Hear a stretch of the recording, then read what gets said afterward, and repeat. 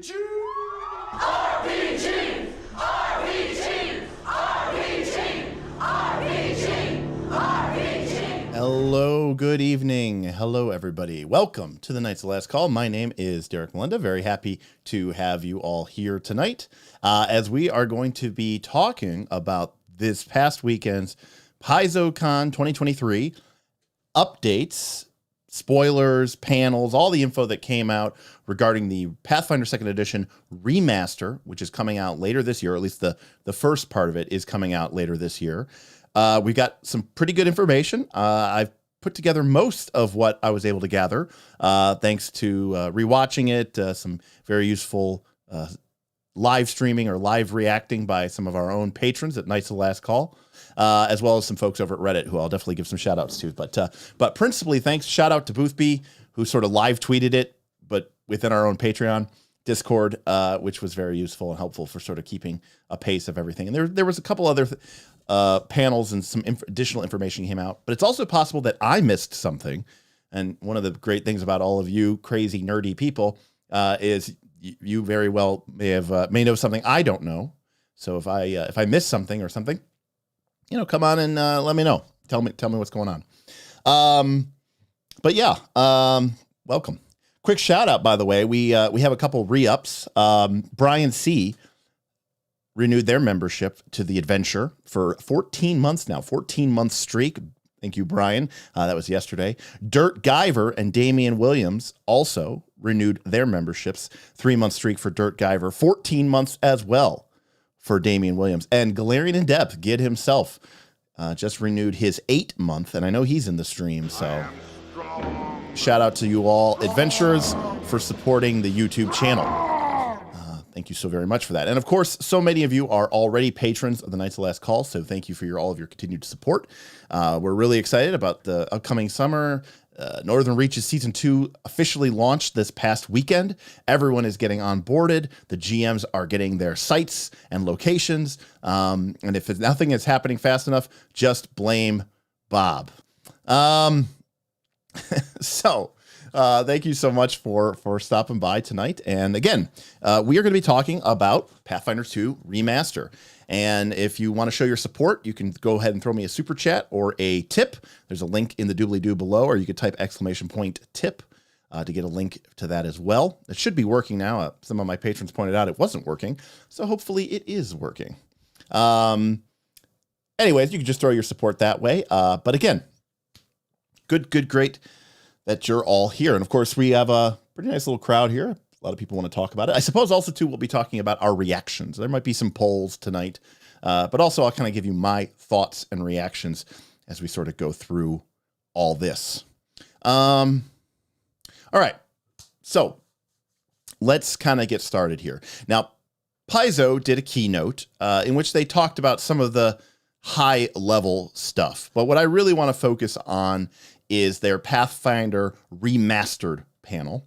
I'm actually going to bring this up. There we go.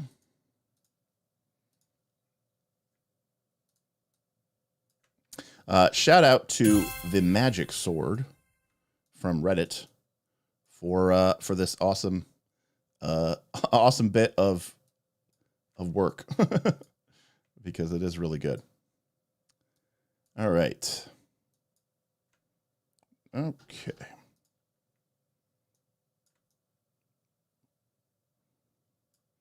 All right. Self-Confessed Cynic says, I hear that Northern Reaches thing started up again. It sure did, Self-Confessed Cynic. For those of you who may not know, Northern Reaches is the Knights of the Last Call's sort of multiplayer, massive. It's like an MMOTT, VTT RPG, a little bit of a mix of Western Marches concepts, the idea of sort of a living world with a lot of different players in it. But instead of one GM, we have multiple GMs, all who have a lot of their own freedom. But unlike a lot of games like this, each GM is actually part of a persistent world. And so they work with the overlords, and that allows us to sort of create a cohesive world, but we don't have a plot or like some sort of pre-written script. Everything that emerges from the players, but not just like one individual group, right? But the entire community of players. Last year we had over 100 players. We had something like 20 or 30 GMs. I know that we haven't even, before we even kicked off, I think we already have 30 GMs this year. So, you know, it's pretty sweet. So thank you for the tip, Self-Confessed Cynic. Looking forward to seeing Self-Confessed Cynic next year, hopefully. What is up, London Matthews? Hello, London Matthews.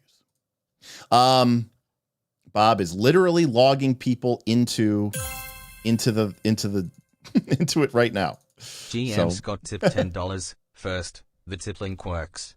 Second, I don't even know what happened in PaizoCon, but I'm already throwing my hat into the do more ring. Yes, thank you, GM Scott. By the way, you'll notice that GM Scott throwing his support into the should have done even more Pathfinder 3. Let's go. And we'll get into that and we'll talk about this and about, you know, things that I'm excited about and things that I'm like, okay, come on, let's do some more. All right, so let's start with the Pathfinder Remastered panel. We'll kind of go through it as they went through it. Again, big shout out to the Magic Sword from the Pathfinder 2nd Edition Reddit, who put together this pretty awesome write-up. Booth B was how I got most of my information, but this is nice, more nicely formatted. So KC says the new tip font is sexy. I can actually read it. Yeah, it's big though, so it doesn't. I still got to work on it so that you can actually read the whole tip when it's a very long tip. But yes, I did up the font size. I mostly did that, KC, because we were at the studio and we had to be able to see what the tips were saying. So for starters, we've got these two cover arts, which again, this isn't really super new information. GM Core and Player Core are horrible names. I don't care what anybody says. Those are horrible names. Nothing about that. Like, sure, Player's Handbook is and done, you know, but Monster Manual or Monstrous Manual, the Dungeon Master's Guide, these things I think are very evocative. I really hope this is not what they go for. I mean, if you're a new player, you don't even know what GM means. And so it's like, yeah, I really think these are horrible, absolutely god-awful names. They make the game seem dull and unimaginative. I mean, these things are, I mean, Pathfinder 2nd Edition books already pretty much come off as textbooks. These do not help, right? In the slightest.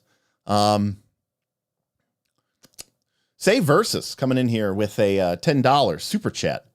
This is a minor nitpick, but I wish they just called everything revised instead of X Core. Yeah, absolutely. I couldn't agree with that anymore. I mean, I always thought that even calling the core book core rule book was pretty damn boring. And so, you know, I would love to see them actually come up with a, you know, with an evocative, cool, fun, yeah, you know, title. Yeah, a player's guide is way too generic. Yeah. Pathfinder player's guide. They're not calling it a player's handbook. I think that would have been far better. The other thing is too, is like, now you're gonna have two books and the other one's gonna be called like Player Core 2 or Player Core Advanced. It's just, ugh. Yeah. Yeah. Not spelling out an acronym on your book cover is a huge accessibility fail. I completely agree, Gossamer. That is exactly true. Because again, it is definitely the case that not everyone's going to even know what this is. And then let's also talk about the art. I don't think this art is bad. It looks Wayne Reynolds. But it's like, I feel like we've seen this art 18 times now. And again, I know I'm nitpicking. But it's like, there's just something about this art that just does not do it for me. And I'll actually, if I had to pick, the Player's Core isn't bad. What I don't like about the Player's Core, and I'm getting really, really into this, the players don't seem like they're the stars of the show. That's what I don't like about it. Like, at least in the original Pathfinder 1, the classic Wayne Reynolds with the red dragon, the party felt like they were taking up as much of the space as the dragon, and it seemed exciting. This feels like the players are about to get owned. Like, it's telling you, it's like, hey, if you buy this book, your players are going to get crushed. Yeah, KC. I don't know that I really like the one on the left at all, but at least the one on the left seems to be indicating this person is the badass. So again, I understand that this is ultimately not really what is the most important thing in the world. I just thought I would throw in my 10, you know, my my 2 cents here and say, not a huge fan of these arts. Definitely not a huge fan of these names. The book names are just really, really rough. Creative Role Playing saying it better than I did. The book names definitely need work. They neither describe what they are, nor do they get the players excited to dive into the content. Right, exactly. Either be descriptive or exciting. Somehow they managed to miss the mark on both. But yeah, calling it a GM, yeah. Being an acronym is incredibly dumb, right? Especially, I mean, no offense, but like 5th edition players kind of tend to have their heads in the sand. They may not know what a GM is. They're like, what does that mean? I only know what a DM is. And they don't understand that those two things mean the same thing. So yeah. But anyways. All right. All right. So, and again, this is information for some of this information is already known. If you do know it, yeah, when most people hear GM, they think general manager. This is my GM core rulebook for running my Wendy's, for running my plant, the 3rd shift GM core. So for those of you who do not know, and again, I want to reiterate this, the players, there are currently, I think 20 to I think there's going to be, after the release of the Kineticist, 21, 23? Let me do the math on this. I think there's 23 classes.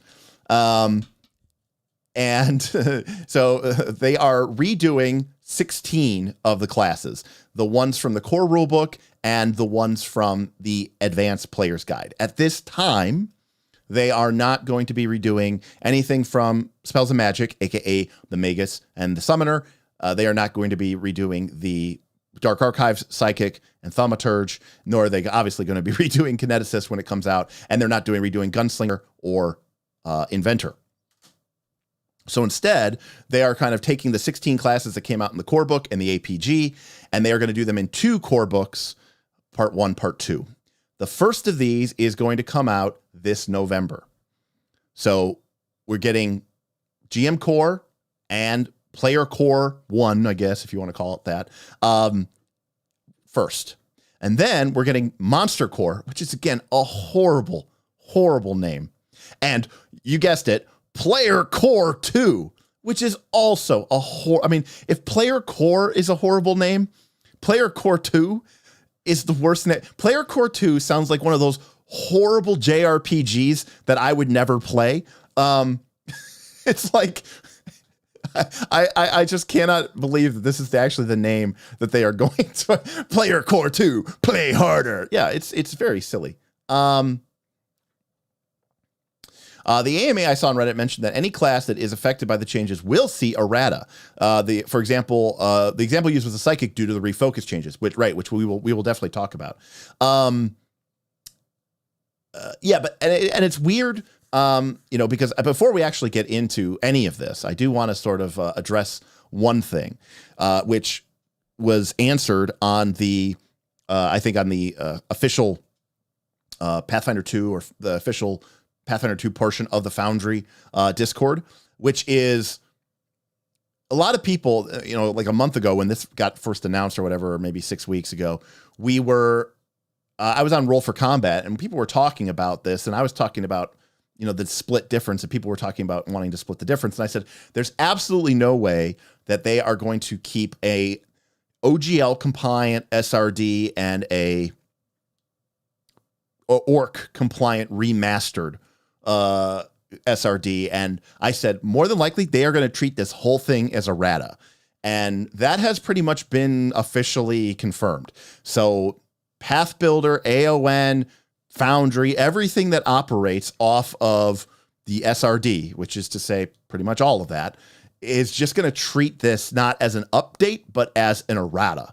And so, the same way that you can't go into one of those things and find a D8 Flick Mace anymore because it just got updated as part of the errata, you're not going to be able to go into and find the old Witch or the old Cleric.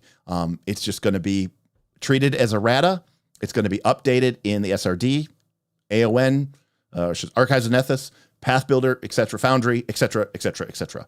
So, for better or for worse, this is the game that you're going to have to get. And I hope by the time we go through this, and if already, I think we can all very clearly agree this is Pathfinder 2.5, right? And I don't know if they are just being delusional about the scale and scope of the changes, but or if they were being very deliberately soft because they understood that it was going to look really bad if after they sold out all of these books, they then announced a 2.5, which, to be fair, a lot of people were shitting on Wizards of the Coast for doing a quote 5.5. So I'm sure that they took, very careful consideration of all of that and said, but again, I kind of agree with JG. It'd be nice if they didn't downplay it. It is a bit patronizing. Especially after this Pathfinder Remastered panel, the scope of the changes is enough to make you say, this game isn't the same game that we were playing. All right. In the retail stores, you're going to get your sketch covers, which are pretty much the same things. Somehow better looking to me, but maybe that's just because I like the style, the line art style. And then we'll get into the general book contents. Save Versus with a $10 super chat says, reminds me of that Office episode where Michael Scott is talking about his crunch machine.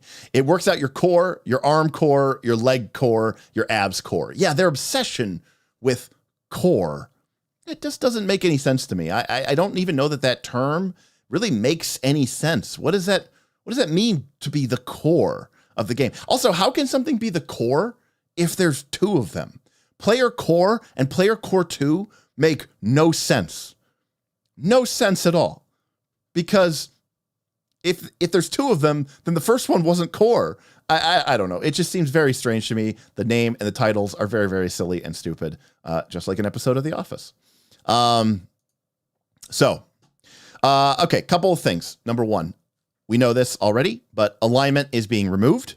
And again, I kind of want to, before we dive into all of this, I don't remember where I read it. I think I read it on the Paizo forums, and I'm going to paraphrase here a little bit, which is that someone from Paizo, I believe it was James Jacobs, said something to the effect of, yes, we are changing things to move away from the OGL and to, resolve ourselves of any potential legal implications and, really split off and protect our brand and our company, et cetera, et cetera. Number two, which he did not say, but he kind of implied, it's also a great opportunity for them to go in and potentially deal with certain hot button topic issues like alignment, like the drow, that for a lot of people is a big problem.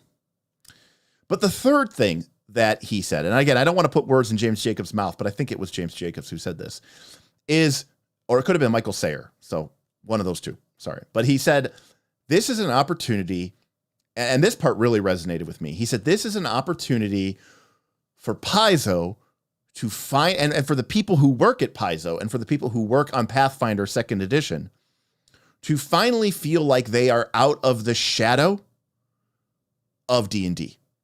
Because Pathfinder has always, right, wrong, or indifferent, sort of been shackled, right, to the specter or the ghost of Dungeons and Dragons.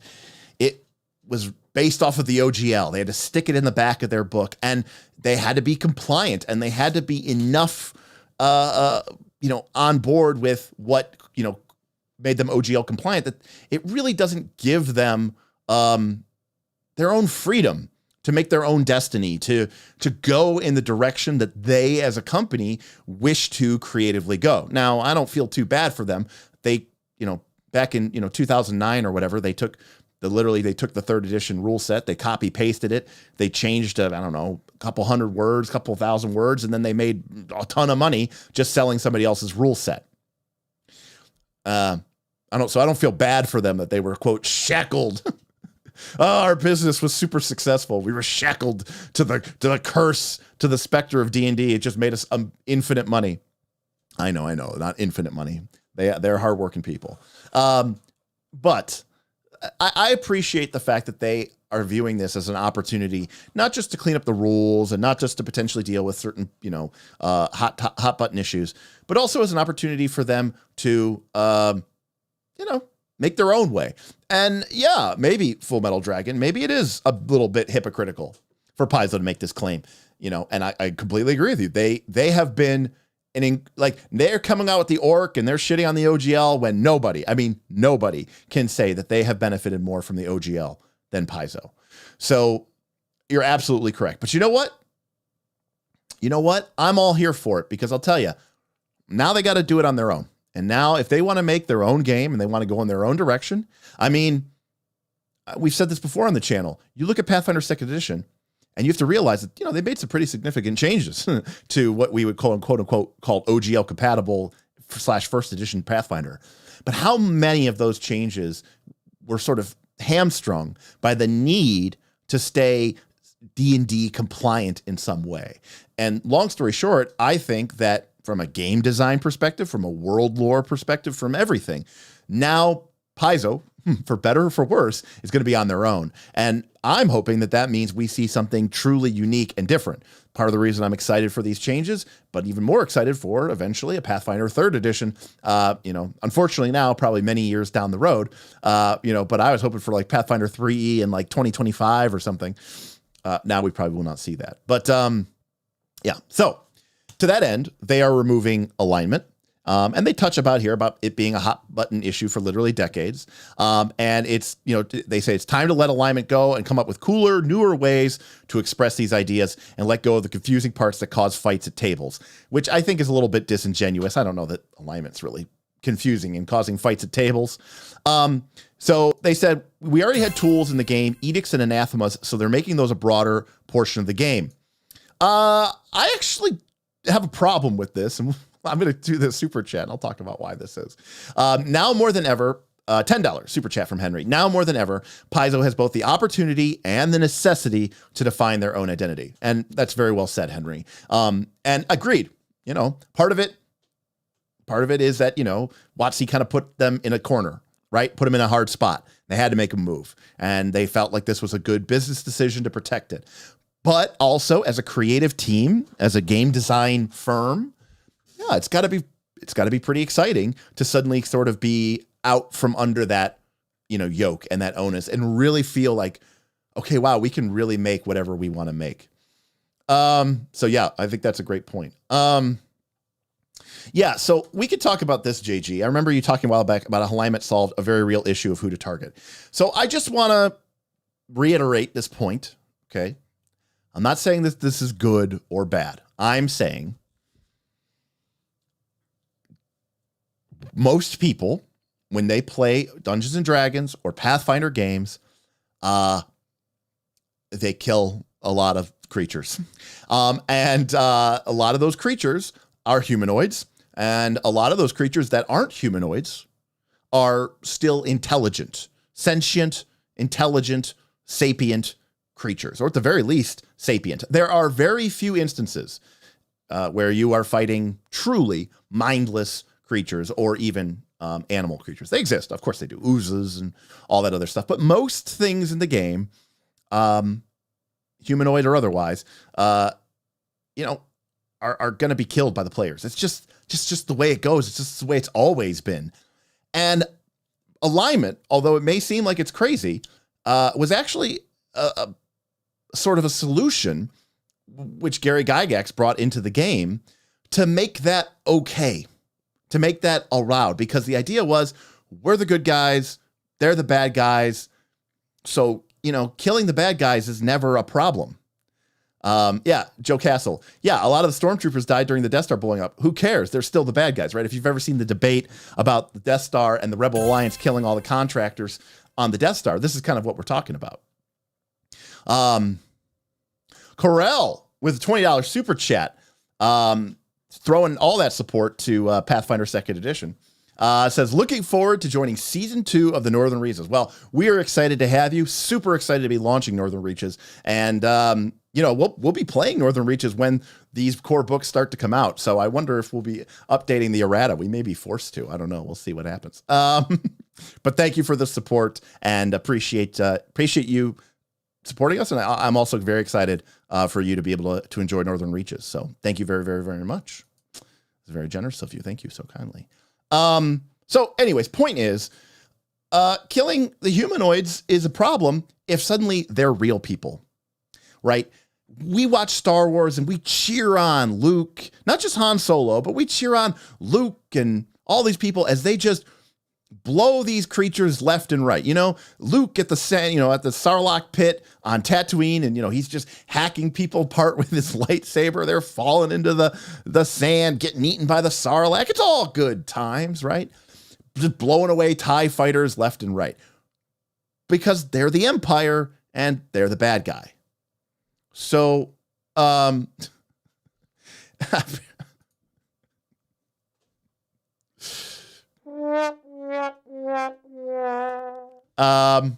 right.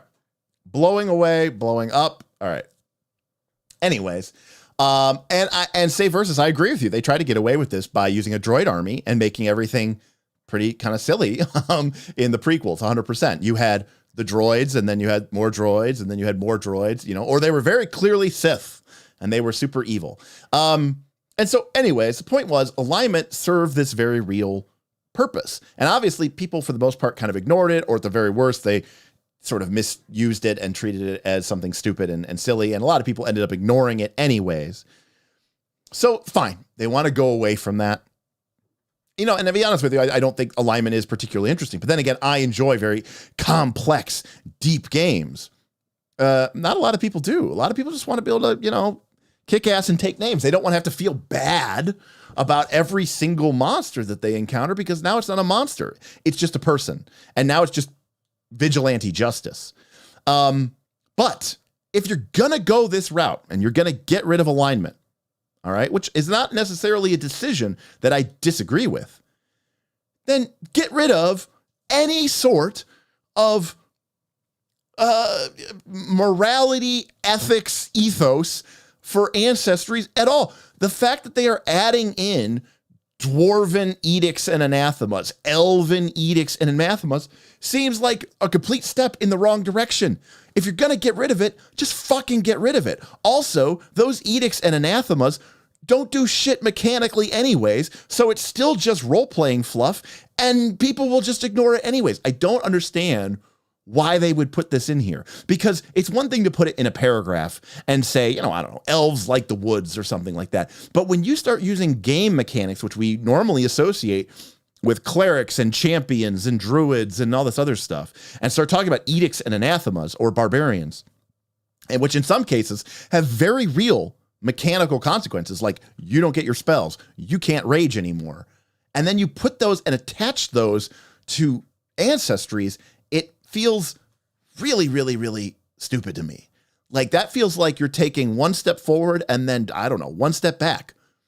And so it's like, yeah, that to me seems really dumb. And I don't know why they are doing that. So, the other thing about it is, Dominicus Priest says, I think the Ancestry Beast edicts anathemas are culturally based and not set in stone. I like it personally. Oh, fair enough. But isn't that what heritage is for? Wasn't the whole idea behind separating ancestry and heritage to be that your dwarf ancestry could have been raised in a very different place? In which case, those edicts and anathemas mean what? What, I'm genetically a dwarf? Oh, no, you could just ignore that. Then if I could just ignore it and it means nothing, why is it even in the game? I just don't understand. And again, there's something to be said. I like playing role-playing games with have hardcore mechanics about what you can and can't do. And like the GM can penalize you or punish you if you act against your character's, predefined personality traits. But this is not that game. And stepping away from alignment seems like a way to rid yourself of that burden. And yet they seem to be doubling down on it. It just doesn't make any sense to me at all. Now, Dean says, they're like the personality traits, ideals, bonds, and flaws from 5e, which are pretty neat. But Dean, The idea is you just come up with those on your own to uniquely express your character.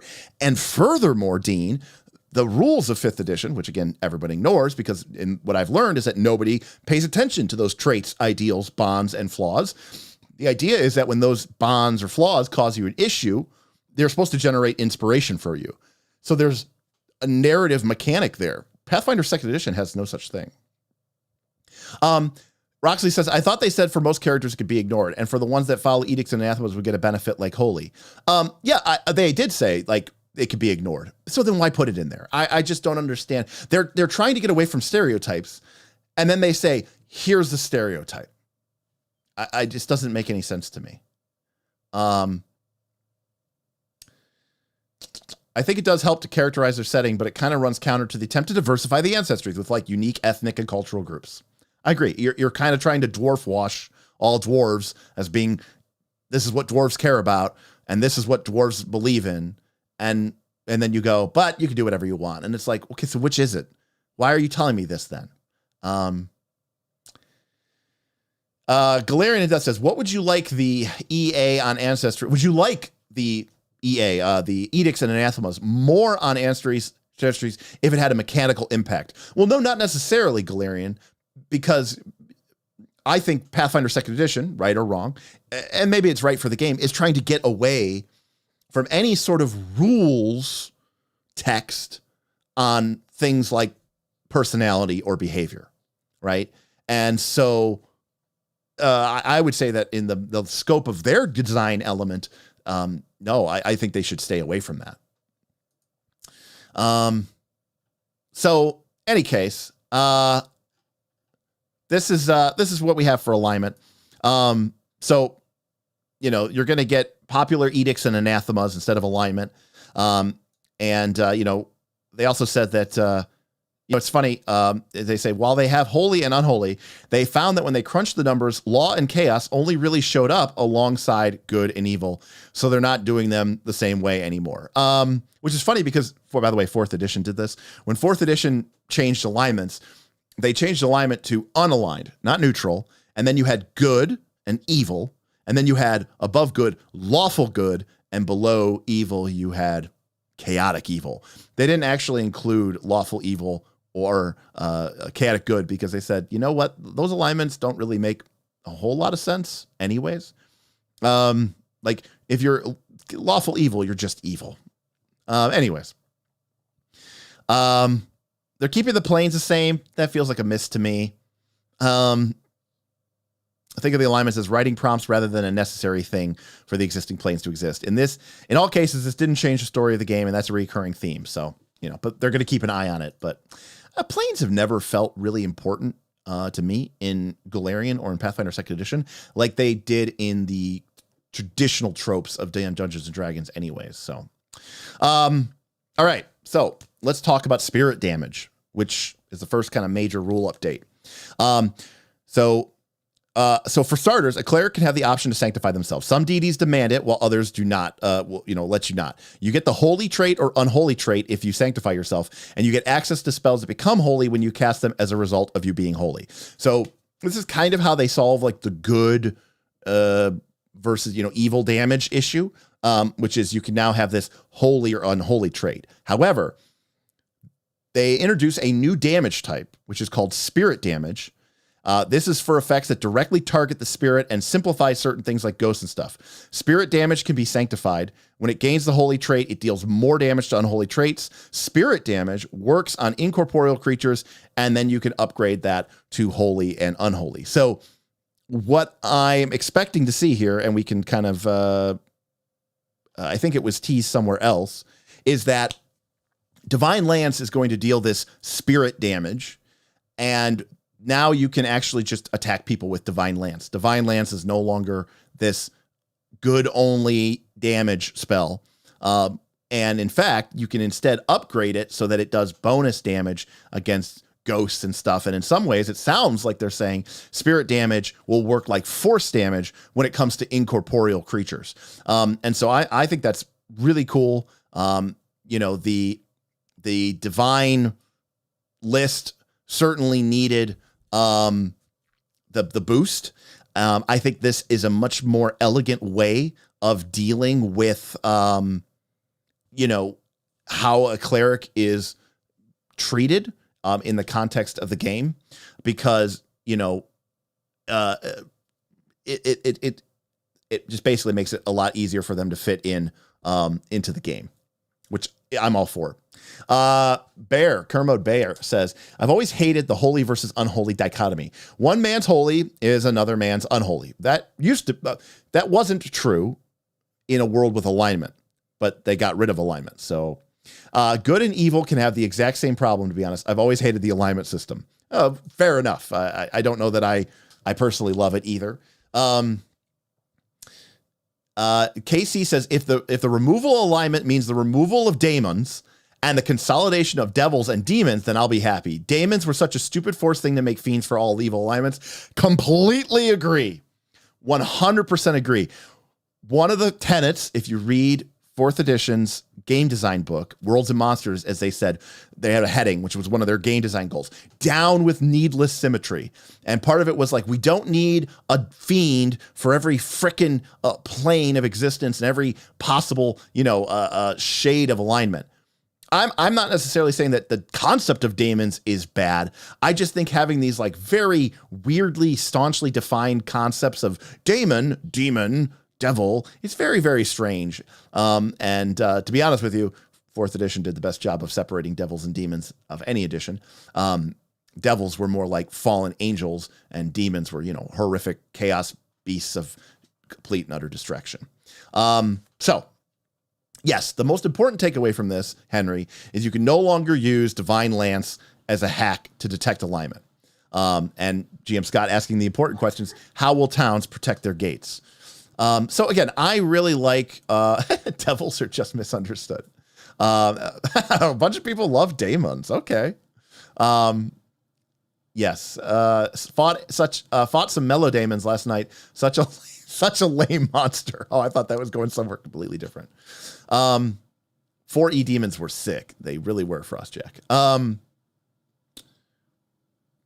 In my opinion, I think all these 2nd edition changes destroys the setting of Galarian as it existed since Pathfinder 1 came out. I don't know if it destroys it, but it's a big change.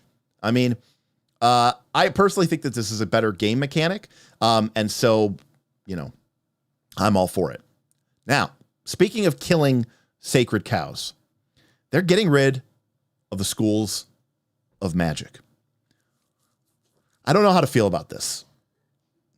To me, this is what defines the game. Obviously, this has big impacts to the wizard class, which we'll get to when we go through the classes. It also affects staffs, which are there's 8 staffs tied to the various wizard schools. And this is just, always been a thing that has defined spellcasting in the game. I don't know. I don't know, Sean. Are they trying to get people ready to slay the cow of Vancian magic? Now, to be clear, they're not slaying the cow of Vancian magic, but they are for certainly getting rid of what we would consider to be the traditional 8 schools of magic: abjuration, conjuration, evocation, summoning, illusion. Oh, that's conjuration, all those ones. But they are replacing them, and we'll get down to that when we get to the wizards. But yeah, this is the one Casey says that he didn't like it, but I wonder how I feel about it. I don't actually completely know, but what they say here is, number one, they kind of just had it because it was OGL. JG says the school's change is pure OGL damage, and I'm entirely unconvinced by their proposed replacement. The trait system worked very well mechanically, and that's getting kneecapped as far as I know. Yeah, we'll definitely talk about the traits update as well. Schools didn't matter, so I do not care. Well, that's not entirely true, Oblivion Hold. There are plenty of instances of feats and spells that give you certain bonuses to identifying magic if it's from your school. Like we said, there's treasure that worked along those lines, and that was also how spells used to be categorized and classified. So, they say here, the only one important was illusion because of the rules surrounding it. Overall, the spell schools were referenced very rarely, and they were messing with magic items that depend on them. I don't know that I buy all that. Yes, wand, staves, and scrolls tied to scroll as well. So yes, they are going to be retooling the wizard subclass system, and we will get to that when we get down to the wizard. All right. Ancestries. They're adding Leshy and Orc to the Ancestries book. Now, I don't give a shit what they say here, okay? They say that they added Leshies because they wanted to have a primal underpinning as an ancestry in the core book. What's the arcane ancestry in the book? What's the occult ancestry in the book? Now listen, I'm not saying that they're wrong, but for whatever reason, they are putting Leshies in the core because they want acute ancestry in the core. That is Sanderson, exactly right. Anybody else who also said that it's because, they did it because Leshies are cute and popular. Absolutely. Now, they could have said that, Sanderson. They could have just said, you know what? Leshies have come out as sort of like the unofficial mascot of Pathfinder 2nd edition. And, we love it. We love people's reaction to it. We want to give everybody a cute ancestry. And the fact of the matter is, none of the core ancestries are cute. And so, and I think they just wanted to put a cute ancestry into the book. And they chose Leshies because that is like their number one go-to cute, kawaii type thing. Yeah, Leshies are like the Pikachu of Pathfinder. Completely agree with you. They're canonically 50-50 cute or terrifying, but they are presented as 90-10 cute to terrifying. Leshies are the best thing Paizo made. So, well, obviously I disagree. I don't necessarily hate Leshies per se, but I do hate the way that they are usually implemented and or portrayed. But I think adding orcs as a core race is fine. A core ancestry, I should say. I don't necessarily believe that I think monsters have a role in the world. I don't necessarily think that every humanoid creature needs to necessarily be a playable race. But I have long believed that the orc, it could be the World of Warcraft influence, but like, I really appreciate the idea of sort of this strong, proud war, almost Klingon, if you're familiar with Star Trek, this strong, proud warrior tradition, ancestry, with, a lot of complicated histories and, past and, kind of dealing with that. And you don't just have to be a half orc anymore. I'm fine with people going full orc. And in fact, in Northern Reaches season 2, we are allowing people to play orc as orc ancestries, because I do think that they've kind of, they've earned their spot, and I feel good with that. So orcs, yay. Leshies, boo. Also, yeah, gnomes, right? The hell. So yeah, interesting. Anyways, and then ASMR and Tiefling had to go. Legal OGL stuff. And so now they're the Nephilim, which again is very weird for me because Nephilim is a biblical word. I don't know why they would use a word that had a biblical component. But whatever. I mean, that's fine. You have Celestials with animal features. I guess they're trying to go that 5e route where they were trying to let people be weird animal furries.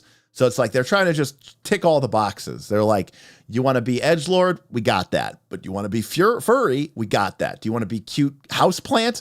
We got that, right? Like they're just trying to just make the game as accessible as possible.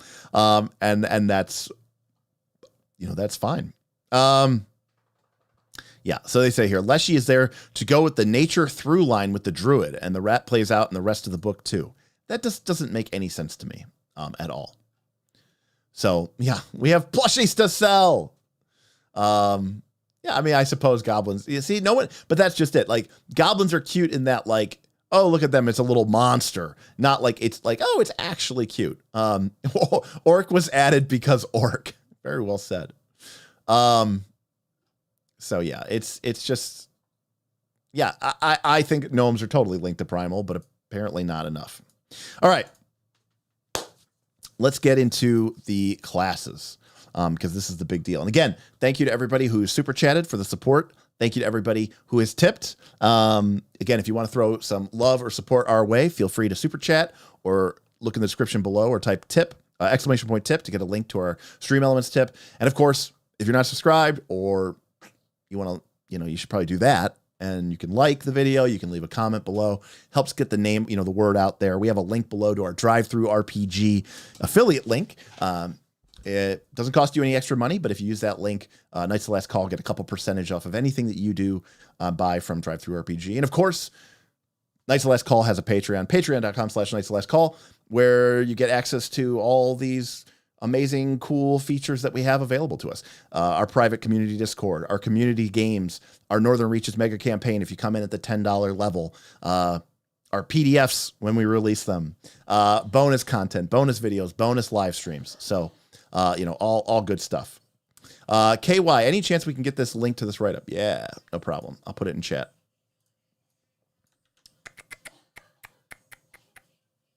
So everybody can follow along.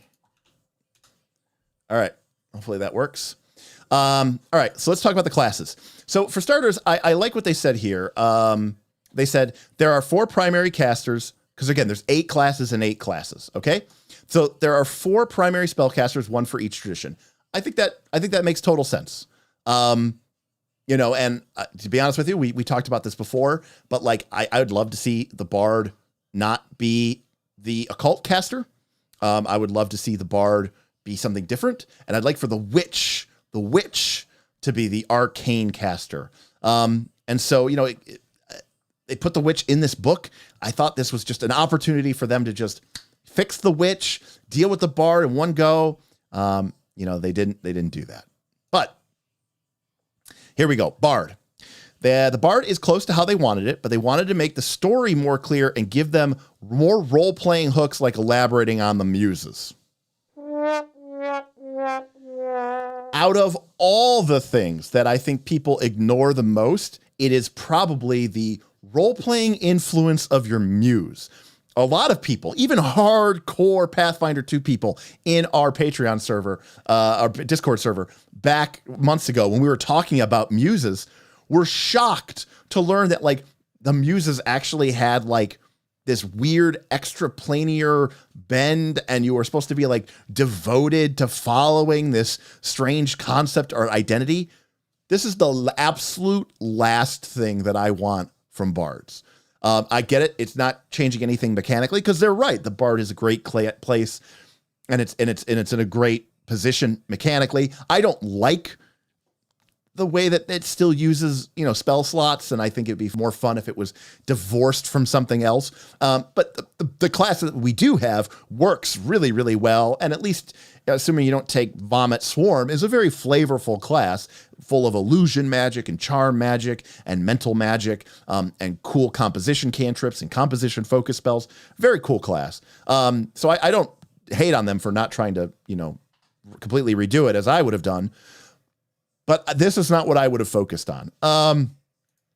The Warrior Muse got something new, however, because the Bard got proficiency in all martial weapons. So keeping in with what we learned about the Rogue getting all martial weapons and the Wizard getting all simple weapons, it does now appear that the Bard gets all martial weapon proficiencies, which means that the Warrior Muse, which was already, in my opinion, pretty weak, needs to get something new.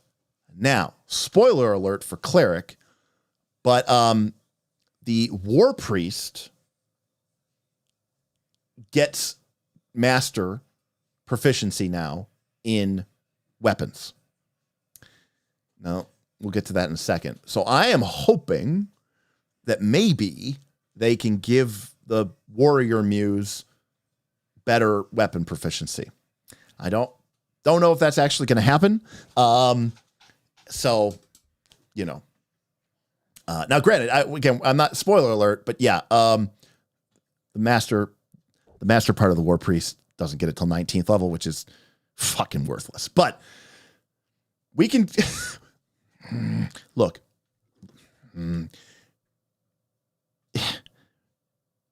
If everybody else got expert at 5 and then the War Priest got expert at 7, and then everybody else got master at 13, and the War Priest got master at 15, it would have been fine.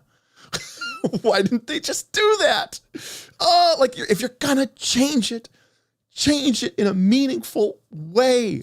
A War Priest with master at 15 would have been beautiful. Hell, make him key stat strength too while you're at it. It was such a missed opportunity. Anyways, Bard seems like it's going to be very minor changes, except they want to double down on role-playing your muse. And as chat seems to indicate, nobody fucking even knows what their muse is. Okay. Cleric. So the Cleric had to be brushed up significantly. Alignment is very important to the current version, so anything with alignment has to be reworked greatly for a remastered version, which includes that sanctification process that we talked about earlier, basically kind of aligning yourself to holy or unholy. They also had the opportunity to address the War Priest. What can we do to make it easier and more attractive? There was a perception issue because the Cloistered Cleric could use resources to get armor, so they gave the War Priest more unique things. People are going to be excited. The War Priest Doctrine gives them master proficiency with the deity's favored weapon. This is what people are making them think it means 19th level, because if it's part of their doctrine, at 19th level is when they get their final doctrine. But they did say they added a bunch of new feats and spiced up existing feats. Why play a War Priest when I could be a Sentinel archetype Cloistered Cleric? There's now a War Priest heavy armor feat inside Cleric, so you don't have to go outside and get an archetype just to pick up heavy armor. Now, all that being said, you're trying to fit two very different ideas into one class here, which is why they're having so much problems with the War Priest. I like the idea of the War Priest, but the way Pathfinder 2 works, truly, if they just want to have a caster who can also be a melee character, they have to go more like the route of the Magus, and you can't just have you can't be a great melee combatant and have great melee feats and have full all the way to 10th level spellcasting. I get it. It's Pathfinder 2. We just can't have all of these nice things. So that being said, the feats for Cleric suck. The War Priest, if they're getting new feats, if they're getting heavy armor as an option through their feats, if they are going to get master weapon proficiency, even if it's going to be late, it's moving in the right direction. $15 shipping in to support the channel. Thank you, Rick S, for $15. Rick S, by the way, was on our very successful Traveler stream last week. So if you want to learn more about the Traveler RPG system, go check out our live stream tab on our channel. We had a pretty cool, really awesome conversation about a hard sci-fi game that I do not have a lot of experience with, and Rick was really awesome at kind of walking me through it and explaining it. And then we gave away 2 Traveler books, which I'm going to be buying here this week and hopefully shipping out shortly. And that were giveaways from Nice Last Call and from Rick, who went ahead and ponied up the dough to buy one for one lucky viewer. Feats needed to be satisfying melee combat, so there's fun new tools for that. So remains to be seen. Druid. The Druid is a class that most people seem to be enjoying, so not as many core places to revise. However, they went in and upped the nature flavor of the Druidic language. It's been named Wild Song, for example. Now, I agree with them. I think the Druid probably is in a pretty good place. But when they were sitting down to address some of the issues, both mechanical, maybe political or hot button, or flavor that were a real issue for their game, was the fucking name of the Druidic language really that big of a concern? Has anyone ever sat around and said, you know what? This Druidic language being called Druidic, it just doesn't grip me. Neil Just tips $5. doesn't grip me. Neil, thank you for the $5 tip. I don't know if you meant to leave a message, but I appreciate the tip. Thank you so much for that. Showing your support. We should have gone deeper. Thank you, Neil. Thank you. Here's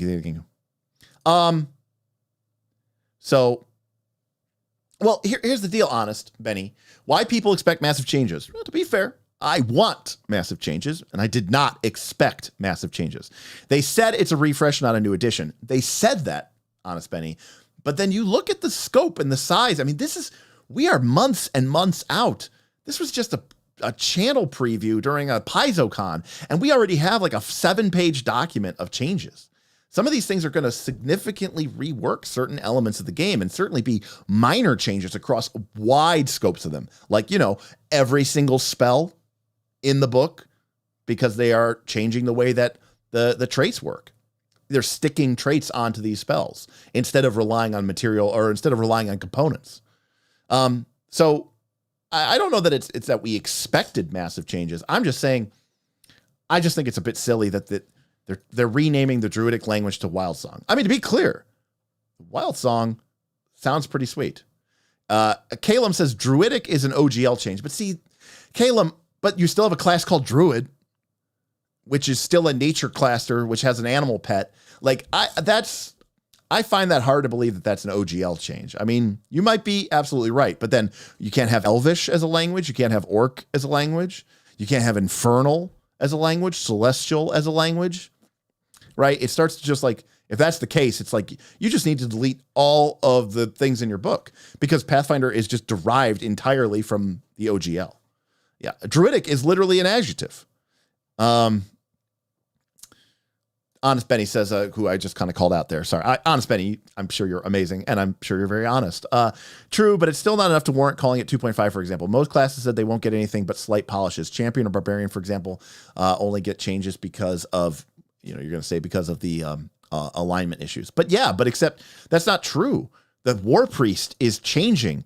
The Bard is changing. The Rogue is changing. The Fighter, now yes, the only thing they're doing for the Fighter is they're getting rid of the open trait. But that's a change, right? When I used to play Pathfinder 2nd edition, I could not strike and then sudden charge, right? You're fighting a guy, you're in hand-to-hand combat with somebody, you roll your first attack roll for the turn, you crit, you drop the guy. There's another foe on the other side of the battlefield. They're 2 strides away. I'll sudden charge. Can't do it. Why? Sudden charge had the open trait. Well, now it doesn't, because apparently people couldn't remember that. They're supposed to remember every other trait in the game. They're supposed to remember what press does, and they're supposed to remember what God help me, flourish does. But open was apparently a bridge too far for most people. I don't know why this was a problem for people. In fact, I think the idea of the Fighter with the open and the press was the idea that you would have this sort of like you open and then you press, right? It's like a jab to get them to raise their guard and then a uppercut or across to deliver the blow, right? Like I think there was supposed to be this idea of open press, but I don't think it really worked out game wise. There's not really that many feats with the open trait anyways, but again, they're changing it. Lastly, going back to the Druid really quick, by the way, certain orders got a lot of options, but other orders didn't. So they wanted to make sure that all the orders have cool things they do, like adding custom spell shaping abilities, like creating thunderclaps when you cast spells or leaving snow on the ground. Do people really need rules to add flavor to their role-playing game? Again, I have played a lot of Dungeons and Dragons, and I've played a lot of Pathfinder, and I've sometimes played even when I was a kid, and I was just like a horrible little shit, rules lawyering, dungeon master. At no point in time did I ever say, oh, as I cast my summon animal 3 spell, the leaves swirl around me, and it's like, and it was like, shitting down, and like someone's like, no, you can't do that. Why? Because, it would break the game. Bruno is saying this was meant to be mechanical, like the snow is difficult terrain. All right. I mean, if they're going to add in a mechanical component to it, all right, and I'll nod to it. But if it's just for flavor, what the hell? You could just do that anyways. So it's much easier to talk to plants and stuff because they were willing to make the seed system easier as a whole. Good. I don't know why they would have that do this. And then no metal anathema. So that's actually kind of a big deal. I remember last season, in season 1 of Northern Reaches, there was an option if there was a forest, the Jagged Pine Forest, next to the Northport. And it ended up being this big conflict between the lumberjacks who wanted to cut down the forest and use its resources to build up the town, and the Fae and the forces of the Jagged Pine who wanted to, preserve the forest and leave it, untouched. And the players could throw their support either way. And one of the things that you got if you supported the Fae of Jagged Pine was the free archetype Druid for free. Lollipop Candy tip $22. Hey, Probably Lolly. not financially a good move, but I'd love to see a new game with bigger changes, no baggage from previous editors, and no need to shoehorn new mechanics into old lore. Throw out all the sacred cows. Thank you for that great tip, Lollipop. Thank you for completing the tip goal. Thank you for becoming the hype boss. And thank you for agreeing. I mean, for saying what I really completely agree with. I'm excited about this edition. I don't care what you call it. Like, that's so pedantic. 2.1, 2.3, 2.7, remaster, whatever. I like changes. I like when people make games that I enjoy, better games, because they listen and they learn from feedback and from the world around them. But that being said, the only thing I'm sad about is I was hoping for a Pathfinder 3rd edition. It came out in 2019. I was hoping for, I don't know, 2025 maybe. I would have accepted 2026. I mean, hell, I would have taken one next year. D&D 5, D&D's going to drop their 5e remastered or whatever in 2024. We should do it. So I would love to see a full rework of the entire game because, here's the thing. I don't have a problem. I play games that are out of print. So I have no problem saying, hey, look, the game has been around for so many years. We've produced the classes we're going to produce. We produced the monsters we're going to produce. Do you really think that their best work is coming out in Bestiary 5? No. All their good ideas were in Bestiary 1, maybe 2. So by the time you get to the end of the freaking game, it's they're just trying to make shit to have you spend your money. At that point, I go, give them the free reign to just go out and be crazy. And so I don't know. That's the only thing I'm disappointed about, Lolly, is that it means that we're going to have to wait a longer time. So anyways, JG says, good. Metal armor, anathema made no sense whenever. Metal is totally natural. I don't... And it's like, well, it's because it's been refined. They're okay to wear leather armor.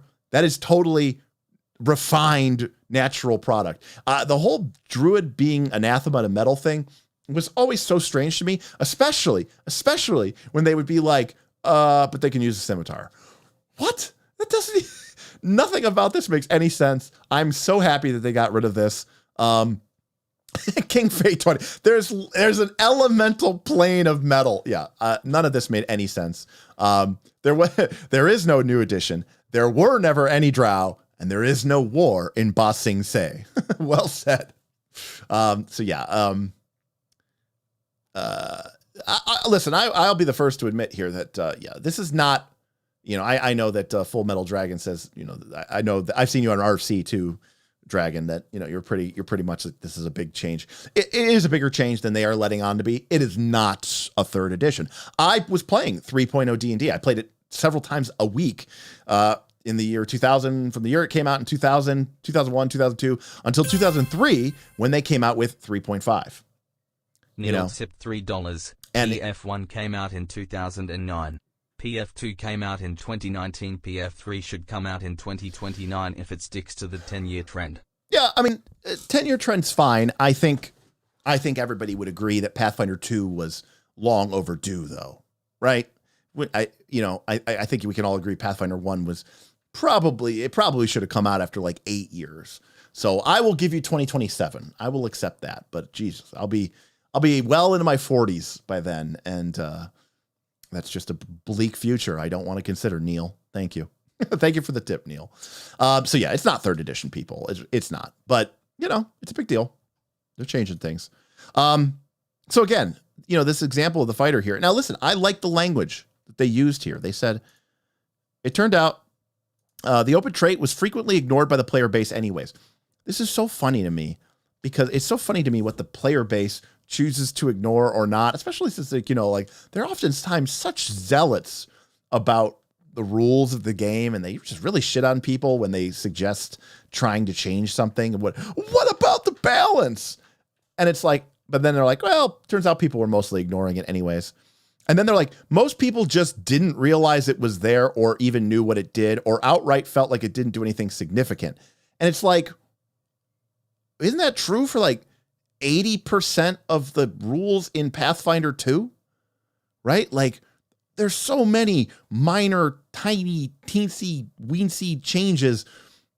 Calling out open for being guilty of this, it seems so strange. It's like, do you know what game you're playing? You're playing the game of, infinite traits and look up all what they do. I don't know. It feels like this. Now, that being said, they said rules that aren't doing what work should be reevaluated. Okay. I mean, I agree with that belief.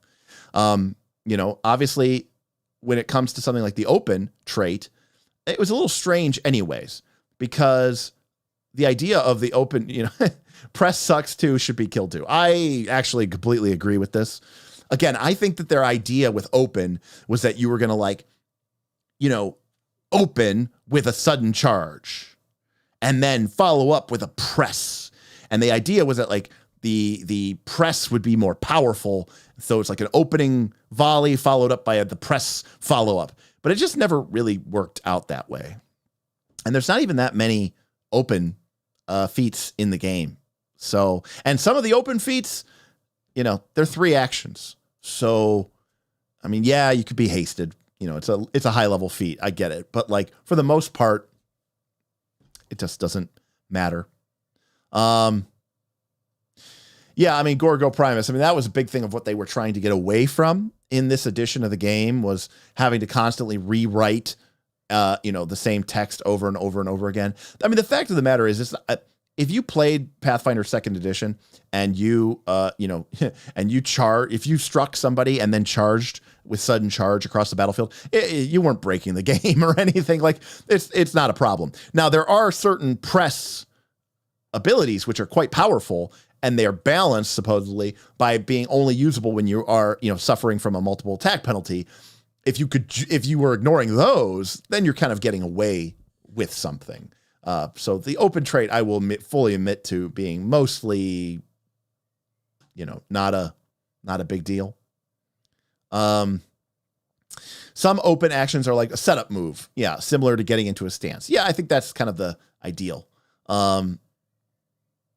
Both conflict with how brutal map is, because seriously, map attacks are for bobs. Yeah, I mean, that is absolutely correct. I don't think people fully appreciate how painful even having a -5 multiple attack penalty is to your odds and success chances of the game. It's pretty bad. It's horrible.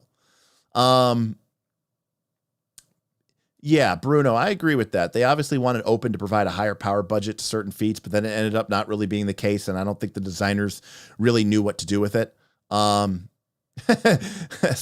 Sanders says, I'm pretty good with remembering traits and all that other stuff, but even I can agree with open being pretty useless. Yeah. So,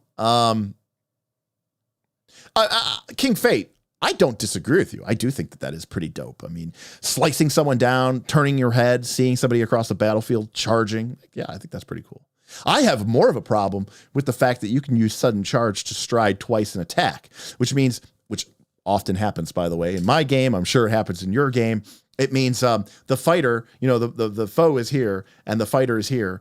And, the fighter goes sudden charge. And then they sudden charge and then they go around the back and come in from the other side. And you're like, what kind of a sudden charge was that? And you're like, oh, I'm just getting to the other side so the rogue can, flank with other people. Or if there's a monster that they can flank if they just sudden charge. So they do this weird, loop to loop around the battlefield that doesn't feel at all like a charge.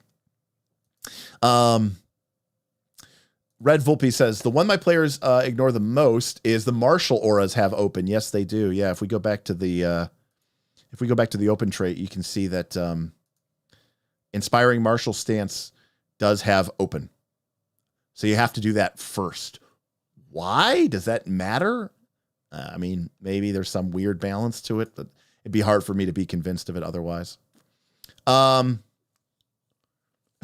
Yeah, I dislike how sudden charge can be used to go around. Nothing personal, kid. Anime ass fighters. I just had to tell a player no sudden charge after an attack last Saturday. I remember the first time I did it to Rory playing Gore back on the original Rise of the Rune Lords AP as well. All right.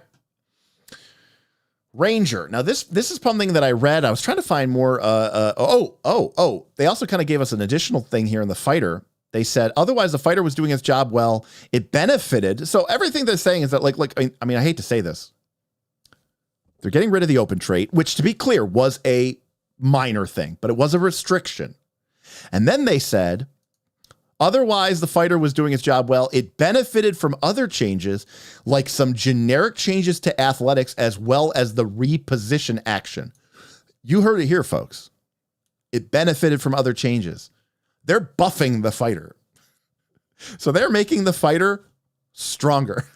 It's like, okay. What are we doing here? RPG! RPG! RPG! RPG!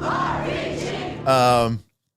So yeah, but there are some giveaway here. The first is that there is going to now be a reposition action. And if you remember very classically, Bob always used to be like, yeah, Derek, like, can I hook him with my hammer? Can I hook him with my hammer and pull him into me or move him around to the other side of me? And I was like, no, that's not really an action in the game. But it's clearly sounding like that is now going to be part of the athletics action.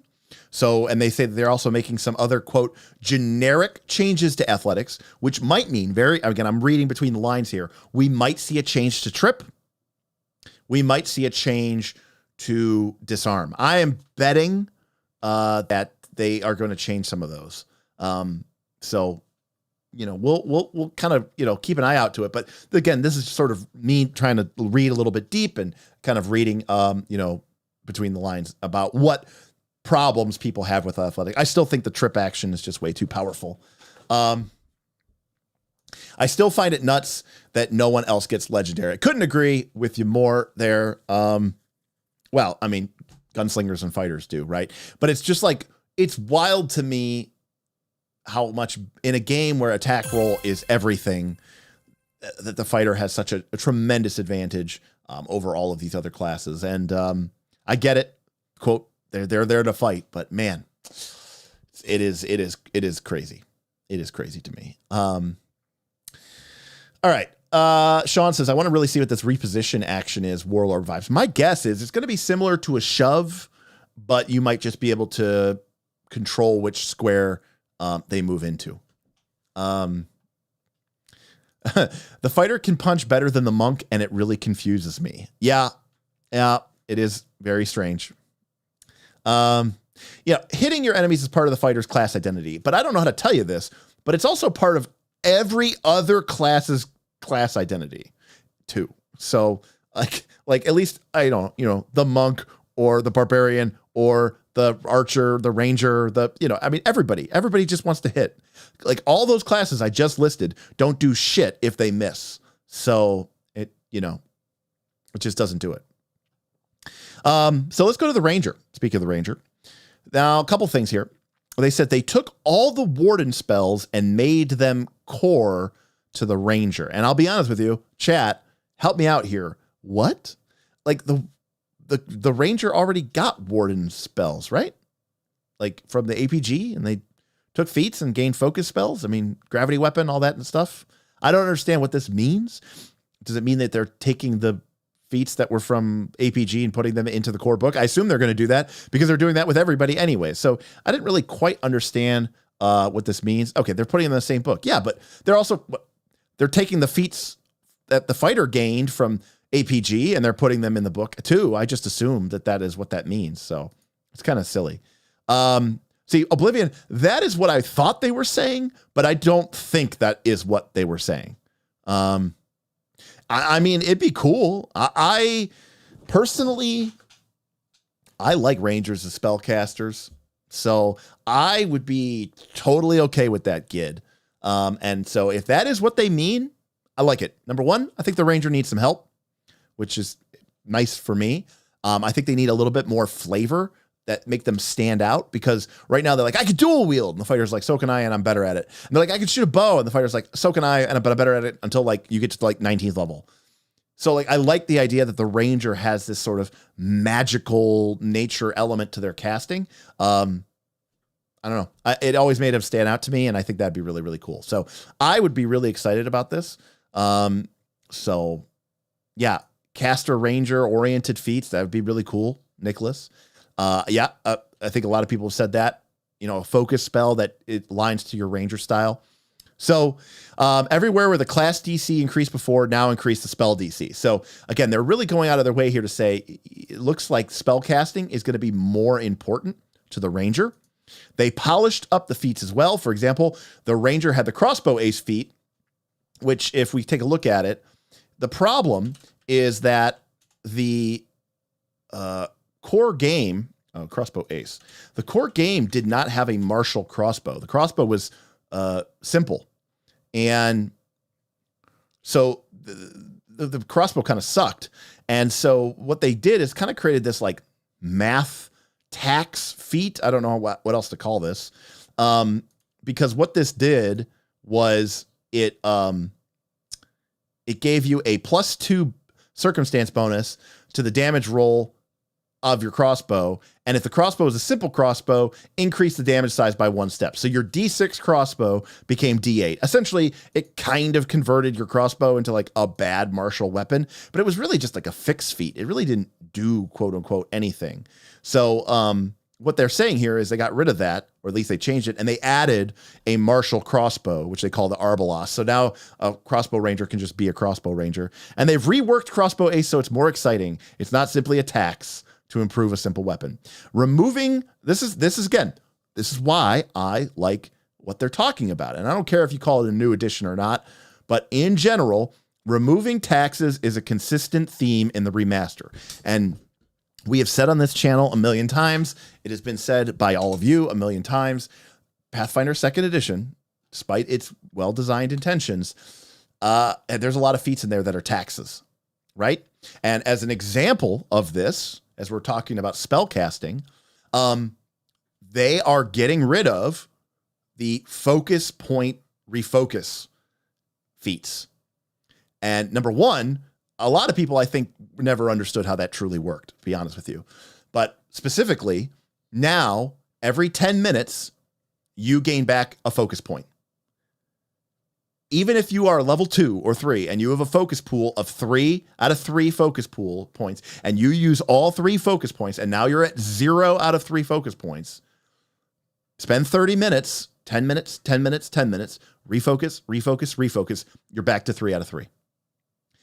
So, number one, that was a very common house rule anyways. But number two, it was very stupid and silly. The whole point of focus points was clearly to be an encounter resource. But also, if you invested in feats, you had these stupid feats. It wasn't just 1 feat, it was 2 feats that were very, very high. You had to be like level 12 or 14 or something to get back 2, and then you'd be like level 18 to get back 3.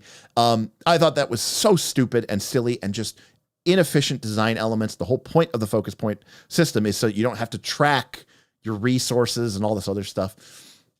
I love that change.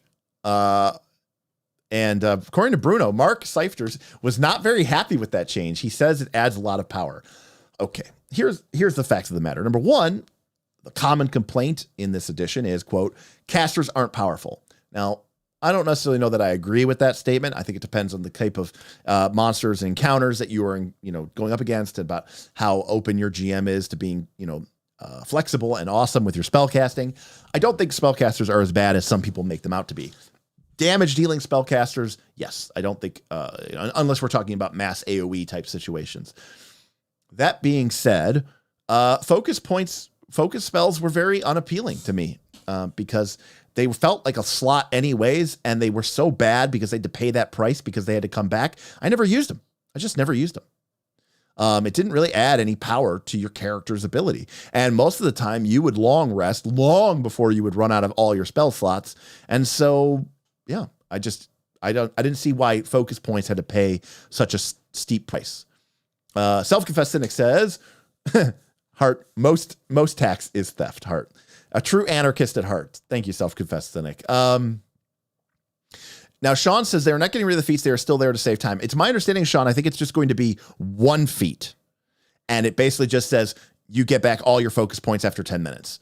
So if you really, really never want to be without your focus points, my understanding is that it's just going to be whenever you refocus, you get back your entire focus pool. So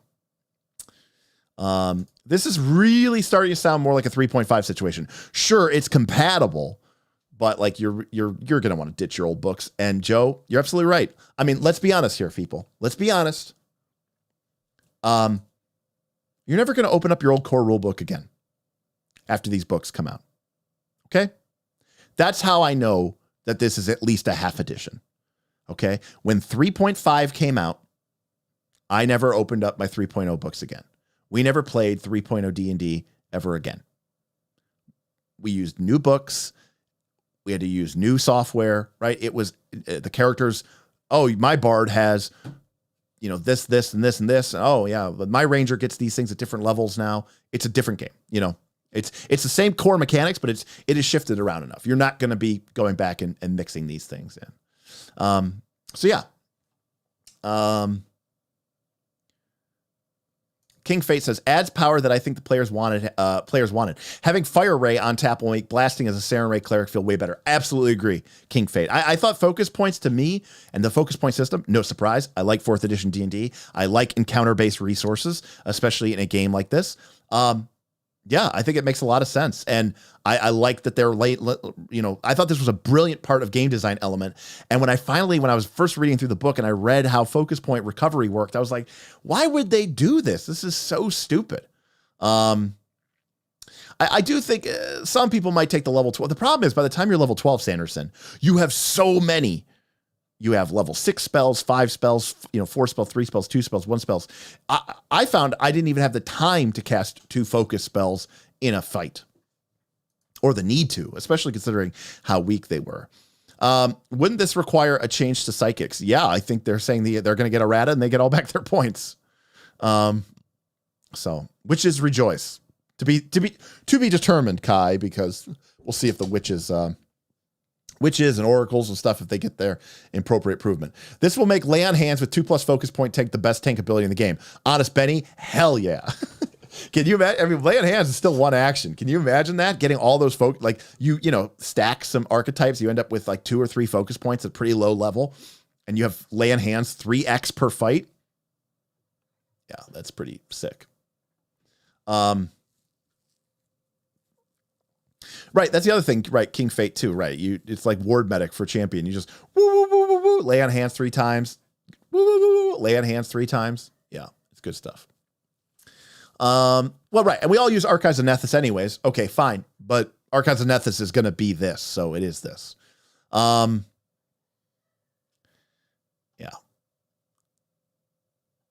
So, hell yeah, fighters and champion buff. So yes, Cackle will finally be worth a damn, at least for witches. And the bards, I think, will get good. I think bard composition focus spells are really, really cool. All right, Rogue. This is an S tier class that we called, and so they said, oh, by the way, not that I want to say it, but if you look at the classes that they're making the most changes to, those are the classes that we here at the Knights of Last Call. By the way, I didn't put those together in a vacuum. I had your help. I had the help of people like Strat. I had the help of people like Vin, the self-confessed cynic. I had the help of people like Edril. Help me put together these class tier lists and class tier ranks. But the classes that we said were typically the weakest are the ones that are receiving the largest changes and buffs. Classes that we said were middle tier are getting some increases and changes. And then the classes that we said were just, working, kicking ass, taking names, really aren't getting touched that much. Bards, rogues, fighters, yeah, they're getting a little bit of changes because everything is. Again, there's not much they didn't touch. But if you look at like the Ranger, if you look at the Druid, the Cleric, these are all classes that are getting pretty significant updates. The Rogue, not a lot of changes. They're all trained in martial weapon lists to get rid of bespoke list of weapons. And, I didn't understand this until I read this, and I thought this actually made a lot of sense. They said, they revised the rackets to make sure they encouraged specific weapon groups for the sake of flavor. When Treasure Vault dropped, they realized it was too hard for rogues to use the new weapons. So this is basically like the custom bespoke spell lists, and they were smart enough to get rid of those in Pathfinder 2nd Edition because they were like, yeah, well now, whenever we release a new spell, we have to go back and we have to say, is this part of the Bard spell list? Is this part of the Cleric spell list? Is this part of the Druid spell list? Is this part of the Wizard Sorcerer spell list? Is this part of the Witch spell list? Is this part of, so on and so forth. So they were like, okay, that's stupid. We had to do that all the time in Pathfinder 1, and it was really annoying as shit. So let's just, get rid of that, and let's just put the into one of the 4 traditions. You have access to that tradition? Great. You have access to the spell. And when we release a spell, we just have to say it belongs to one of these traditions. And then if we release a new spell casting class in the future, we don't have to like retcon what spell this belongs to or not, because it just belongs to a tradition. But they didn't do that for weapons. And maybe they didn't think when they were releasing Pathfinder 2nd Edition that they were going to release, I don't know, an extra 400 weapons. But they did. So anyways, the Ruffian got some new stuff too, and the Scoundrel now has a mechanic where it can step after a fate. What about the Mastermind? The Ruffian was fine. The Scoundrel was okay. At least they didn't buff the Thief. The Mastermind is the one that sucks. We'll see. We'll see. Maybe the Mastermind will get a big change, but it's like, come on. These subclasses didn't need it. Honest Benny says, Derek, they also plan Flail Hammer nerf. Yes, I was going to get to that at the end. But yeah, Michael Sayer did say that they are going to basically be putting a save in for Flail Hammer. So that's the other big change. Yeah, they're going to be getting rid of seemingly the crit effect of trip, the trip effect of Flail Hammer spec. So, you know what? R.I.P. the long reign of the hammer and the flick mace and the warhammer. It was pretty crazy. Bye hammers. Time to play fighters. So, yeah, I completely forgot about the Eldritch Trickster because I always forget that subclass even exists because it's horrible. So Rogue, not a lot of changes, but they're getting a couple little updates and it's fantastic. All right. Witch. The Witch is the APG class being put in this book because it's so iconic in fiction. I actually don't really think that it is. Not as a player character, right?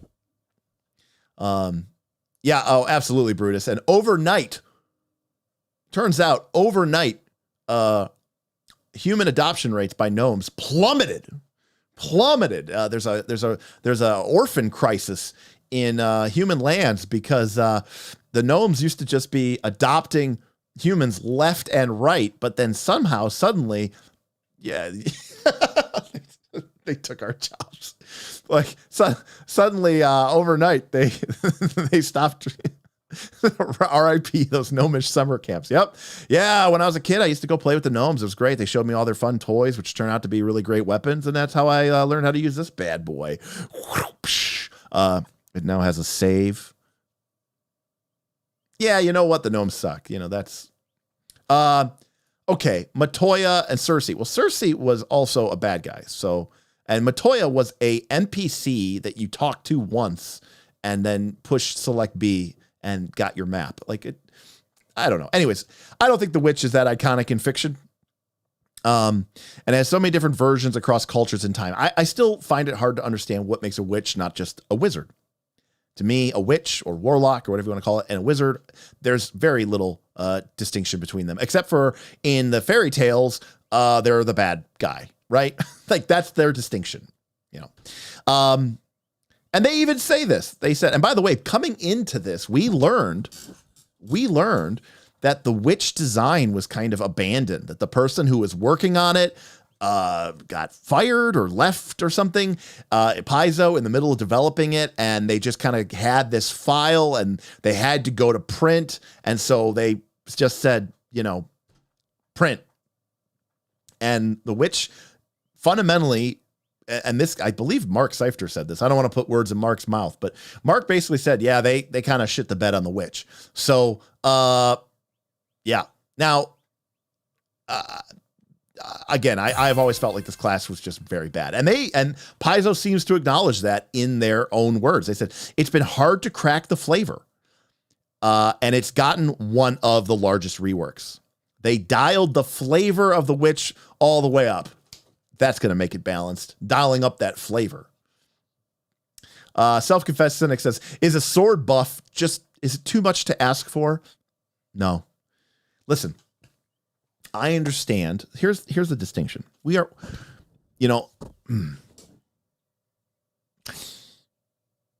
I understand as I don't want to say myself a military historian or a medieval historian because I'm not, but I understand that the sword was really more of a status symbol than it was an effective weapon of war. I understand that on the battlefield of the medieval landscape, the longbow, the long spear, even the humble mace or the poleaxe were far more effective battlefield weapons. But this isn't the Battle of Agincourt, okay?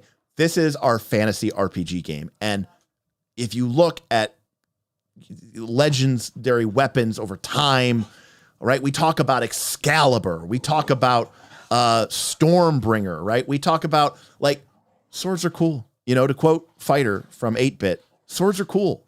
And fantasy and swords and wielding swords, like, is just part of the DNA of fantasy. And I think that swords should just be better because you should feel rewarded for using a sword. I get it. Not everyone needs to use a sword, but it's just like they could do a better job of balancing it. But yeah, swords suck and they should get a buff. Again, if in my world, if I ever do a remake of swords, are going to be deadly in my version of the game. I think swords should be deadly. All right.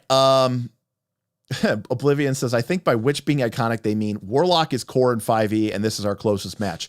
Now, I don't know that Oblivion hold. I think they're being a little tongue-in-cheek here. The fact of the matter is, right, Paizo understands the situation, and I believe if I'm not a 5e expert, but I understand that I think the Warlock is a very popular class in 5e. It's kind of cool the way it works, right? You basically get encounter powers, short rest powers, or whatever. You get all your spells back all the time. It's really sweet. And so my guess is they put the witch in here because they want 5e people to look at the game and go, but I can't transfer the Pathfinder 2. How would I be my cool edgelord warlock? And they go, oh, you could be the cool edgelord witch. And they're like, look at us. We leaned extra. We dialed the flavor all the way up. It's all the way up, the flavor. And so they're like, oh, okay, shit. I can play Pathfinder 2 now. Look, I'm all for cool, Mjolnir is awesome. I mean, I like hammers. I like war hammers. I like fantasy axes and cool spirit. Like, I get it. But the sword is iconic. But can you run up a mace? No. But a sword, yes. Exactly, Isaiah. You need an emo class. Gotta corner that edgelord market. Yep. Edgelordness to 11. So anyways, now here's the thing. I actually agree with that. For me, I want the witch to be this like anti-hero PC, right? A character who is either tormented by like a character like Raven from Teen Titans. I don't really know the comic book that well, but I know the show, the original animation. This character that's like saddled with this dark past and is using the energy of darkness to fight for the good. Kind of maybe even like a Hellboy vibe where it's like, yeah, sure, I'm destined to destroy the world, but screw all that. I'm going to be a good guy. And using that dark power to, mess people up and kind of be like, wow, I'm glad they're on our side because, man, I would not want to go up against that. And I really wanted them to lean into the hexes. I really wanted them to lean into debuffing people, cursing people, draining people, setting up, being like a really cool team player, like a super controller. Like, leave all the fireballs and lightning bolts to the sorcerer and the wizard, and let the witch be the character that is just like tearing people apart and, you know, putting them down. And instead they want to lean more into the familiar. They really want the witch to be the signature class that uses a familiar. I'm sorry. It's just, the familiars just aren't it. I don't know what to tell you. Sorry. I don't know. They don't work well in the game design space. They don't have enough rules to really even work properly, because they were really just kind of designed to be sort of a weird flavor thing. You know, someone pointed out that like the valet can't actually hand you something or something because like the minions can't take the manipulate trait. I don't even remember what it was, but it's just like, this is such a weird thing to focus on, that it's strange to me. They did say that the patrons are more specific now. They're still mysterious. The curse patron is now the resentment, and the winter theme became the silence and the snow, which, let's be honest with you, I mean, the silence and the snow. Okay. What, did somebody write that while listening to a Cure album, you know, and painting their fingernails black? Like, it's just super edgelord. It's super emo. Look, and by the way, there's nothing wrong with emo. I used to go to emo night every 2 weeks, on the east side and the west side. Okay. I could sing my heart out to, you know, pop punk until the end of time, but you know, it is pretty cringy at times. There's a lot more asking for help on the battlefield. Still only 1 hex per turn, but the hexes are stronger and less restrained. Okay, so very promising. Very good. Let's lean into that. Let's hope they lean into that. Hair and nail feats have been bundled into a single package. Horizon Thunder Sphere. That's right. All your prayers have been answered. Hair, nail, 1 package. Wow. This nail hair thing with the witch, it's so weird to me. I don't understand it. Anyways, it's so crazy to me. And there's new witchy feats, like being able to turn a broom into a flying broom. All right. So the hair and nails bundle sounds like a spa day.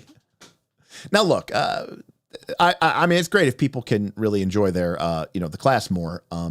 And yeah, you know, Luke says the hair was a powerful ability from first edition, and that's where all the hair is awesome. Okay, so it was OP in first edition. It was like they were probably using their hair to like give them an extra standard action or something each turn. And now they're like, oh, my witch was so whipped, you know, with the hair. And they're like, okay, what they really are is just lamenting when that shit was broken. Okay. Anyways, I hope they lean into this. I think the witch deserves a chance at being a cool class. I'd love to see them do, quote, stronger hexes, less restrained. You know, I personally would love to see all the hexes kind of start towing into this, but have the hexes all be 1 action and, you know, using your cackle, getting your focus points back, like really just stacking up debuffs and persistent damage. Like, I would love to see the witch be the kind of caster king queen of persistent damage. I know they kind of tried to make all alchemists do that, but yeah. So, all right, last for the classes, we have wizards. So we talked about this before. With the removal of spell schools, wizards now have a more literal school. Like, you know, did you go to Hogwarts or not? Examples include the School of Battle Magic is if like you learn magic in a war-centric place. It includes Fireball as well as Earthbind and other spells for military wizards. The School of Civic Wizardry lets you build walls and summon constructs. The School of Protean Form is all about biological manipulation magic. aka no one will ever take this one. And then the School of Unified Magical Theory. You don't have a curriculum, but you gain additional feats and spells like the Universally already was, aka the one everyone's going to take. This leaves the door open to new ones that reflect different parts of the setting, which I like, to be honest with you. I actually do like this. Like Ustalov having spirit stuff and electricity. Rune Lords were certainly part of the inspiration for this, and there's an emphasis on calling back to the wizard's actual scholarly education. Certain things like a Magus' Spell Strike may be errated to accommodate this, and certain feats have been errated like Bespell weapons as well. Now, here's the deal. While I do like the idea of opening up, the idea of like unique schools, having the schools of magic be literal schools that your character goes to, I think it's just, how is this cooler or how is this different than just having, I get it. They had to do it for OGL purposes, but man, like it's basically making your wizard go to college, I guess. I mean, maybe that's okay, but it's like, what if you're like, yeah, my character didn't go to a battle school? Or like, what happens if you like archetype into wizard? What does that mean? What does that make? I don't know. I just like this change because it removes traits and flexibility. Golarian says, I don't usually like wizards, but I would play a wizard from Lipstadt University. I think that would be great, but you would expect me to say something like that. I would say that. Yeah, it's an OGL thing. It sounds a lot like Strixhaven. I completely agree with it. Yeah, you stole a magic textbook, of course. I think we might be taking literal school too literally. No. There's look, Boothby, this is what they said. Wizards now have a more literal school. They said they want to lean into the whole,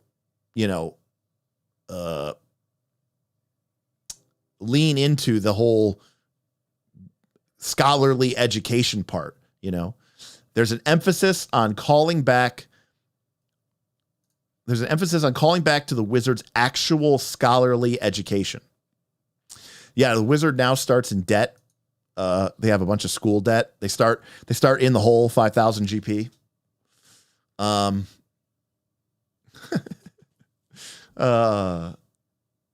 I mean, look, I agree with that to a certain extent. I mean, the idea was that you always did. It's just making it a literal school or college is a little strange.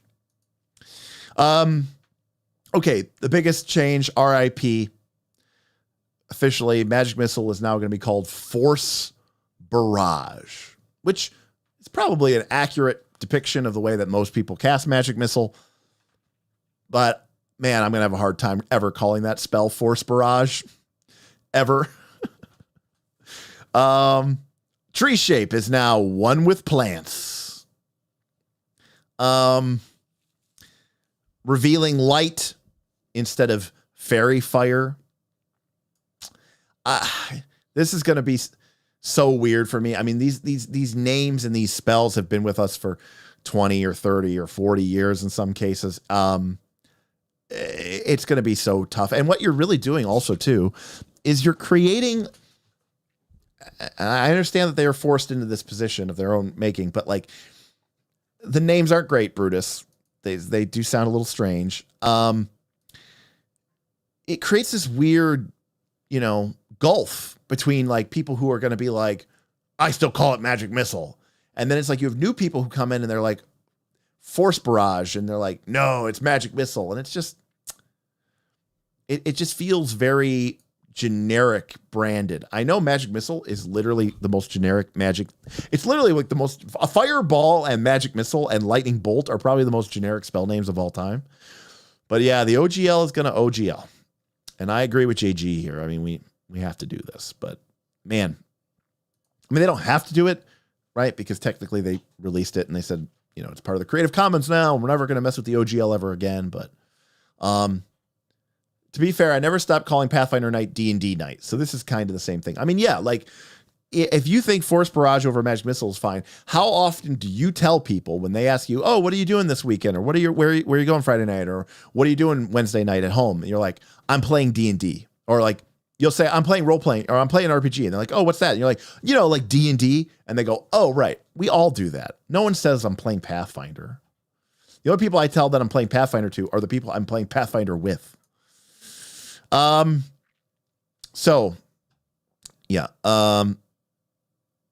Meteor Swarm is now Falling Stars. Divine Lance now deals 2d4 spirit damage and can affect anything that isn't a rock, which was very strange for them to say. They're like doubling down. They're like, no object targeting. And of course, you can sanctify it if you're unholy to make it do damage to more targets. They looked for spells which are iconic but underperform. Now, this sentence is very interesting to me because I don't know if they were implying that these things were underperforming. They said magic weapon is not called magic weapon anymore. Runic weapon and runic body replace it and magic fang. Magic weapon definitely was not underperforming. It's probably the best buff spell in the game for the first couple of levels until everybody gets a striking rune. But they do mention here with Magic Fang, you can slap it on a backup weapon or something to temporarily have a more mechanically caught up weapon. So now it scales better. So I don't know if they're saying that Magic Weapon is now going to scale and do more stuff. So Bruno was saying it was underperforming after level 4. Okay, fair. I mean, it did nothing after level 4. That's not underperforming. That's just doing nothing. So I don't know if Magic Weapon is going to scale in the way that I want it to scale, but it'd be cool if it did.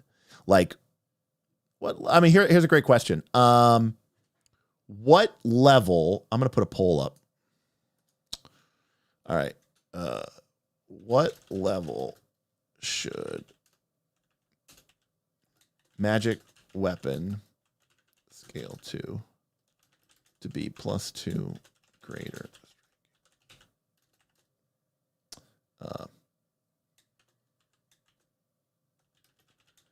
All right. Let's see. 4th, 5th.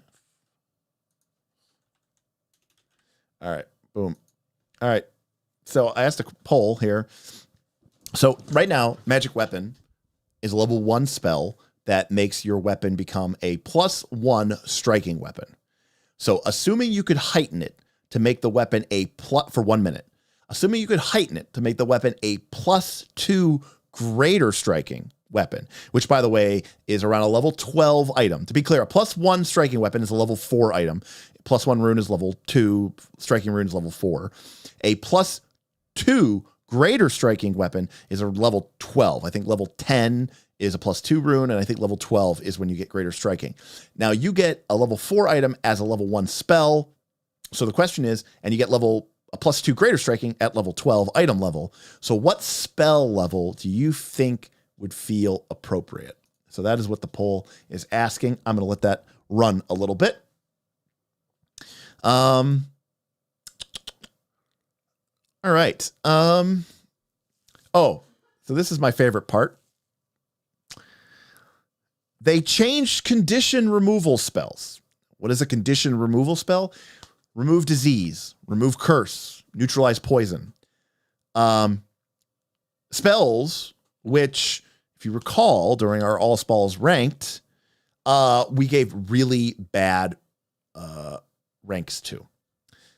Because are we talking spell level or character level? We're talking spell level, although I was corrected by Mark. I do mean spell rank, since we're getting rid of spell level. It is now going to be called spell rank. I mean spell rank. Boothby.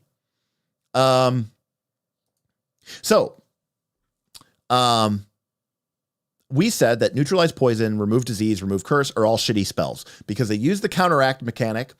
And the counteract, if you get affected by remove curse or remove disease or whatever, it's because you're fighting something that's more powerful than you and you failed to save. And that's going to mess you up, which is bad enough. But then somebody was smart enough and cool enough in your party to take the appropriate counter for that exact specific condition. Guess what? They have to make a counteract check. And guess what? The more dangerous it is, the more likely they are to just do jack shit.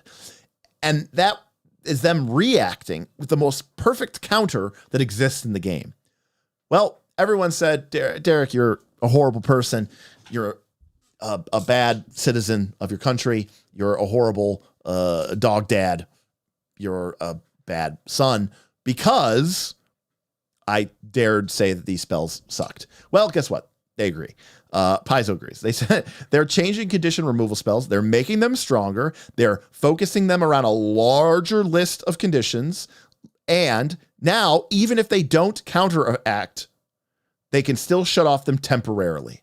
So even if you can't get rid of the curse or the poison exactly, you can at least remove it temporarily to, get everything done.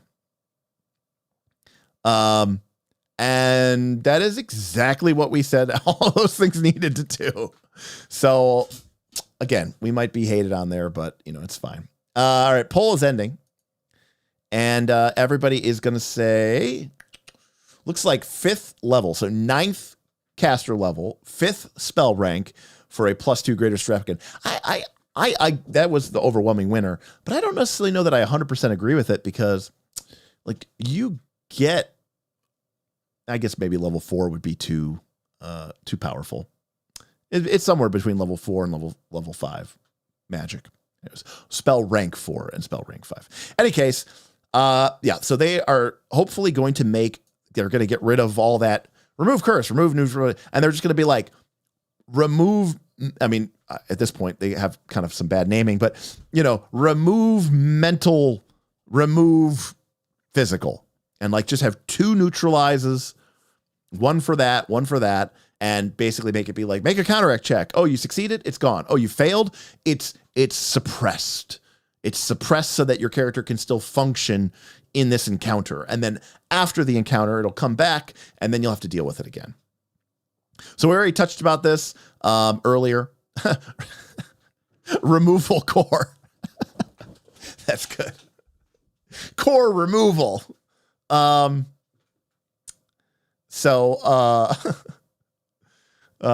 says, my problem with scaling magic weapon like that is that it basically forces my job is to cast magic weapon on the fighter in the first turn tactic because it's so good and strong for many levels. Honest Benny, you're not actually wrong at all. If anything, you don't have to, but if you're a caster, you should probably be casting magic weapon every fight. So they should have just made them rituals. Mark, I completely agree with you. Just 4E has a ritual, remove affliction, boom, done. And you could say the same for heroism. And honestly, heroism has that problem. Heroism is so damn good. There's no reason not to just cast it. And you should just always have that spell up. And that's the best thing that you could pretty much be doing with your spell slots. They have not mentioned rituals once, Boothby. I did not see them mention rituals once. Again, my guess is based off of the feedback that they're getting from people. Look, I had an honest conversation with Steven from Roll for Combat. If this was on air, I think we were on his channel. But I asked him, Steven, have you ever used rituals in your game? And Steven said, no, I haven't. And Mark, I think Mark was like, we use rituals sometimes. And I was like, well, Mark, you're the guy who created the game, but Steven was like, no, we don't use rituals. No one I know uses rituals. Isaiah forgot that they existed. And Lollipop Candy says rip rituals. Yeah, I do feel like rituals, same. This happened in 4th edition as well. I think Pathfinder and 4th edition both had a really great ritual system that they kind of tiptoed into, and then nobody used it, and then it got forgotten. And the later books just did not take advantage of it. And it really is, Bruno. It really is an underused system. And it's a shame, actually, because it fixes a lot of problems. It really does. Exactly, Brutus. Wasted opportunity. So we talked about this earlier. Focus spells. So when you refocus, you get the point back, regardless of if and when and how you spent them. Right? So now if you spend half an hour refocusing, you get all 3 points back. Now the only recharge feat is for just getting back your whole pool at once. So, yeah. Cantrip. They refreshed some of the legacy cantrips. in general, they needed to be a bit more useful. Oh, really? Is it like Electric Arc was just too powerful? The Frostbite cantrip puts an orb of ice around someone and gives them weakness to bludgeoning to elaborate on tactical combinations. Love this idea. I don't know where this came from, but I am all in for concepts and ideas like this. I love groups being able to kind of set up, combos and being like, oh, cool, I'll hit him with the ice spell. Then you hit him with the hammer and they take extra damage. I mean, I think that's sick. I think this is awesome. Love it. Ignition lights people on fire. Okay, I don't see how that buys into the tactical planning and structure, but hey, it's pretty good anyways.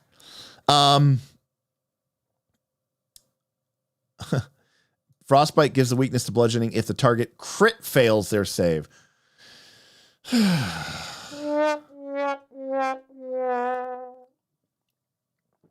We tried, Boothby.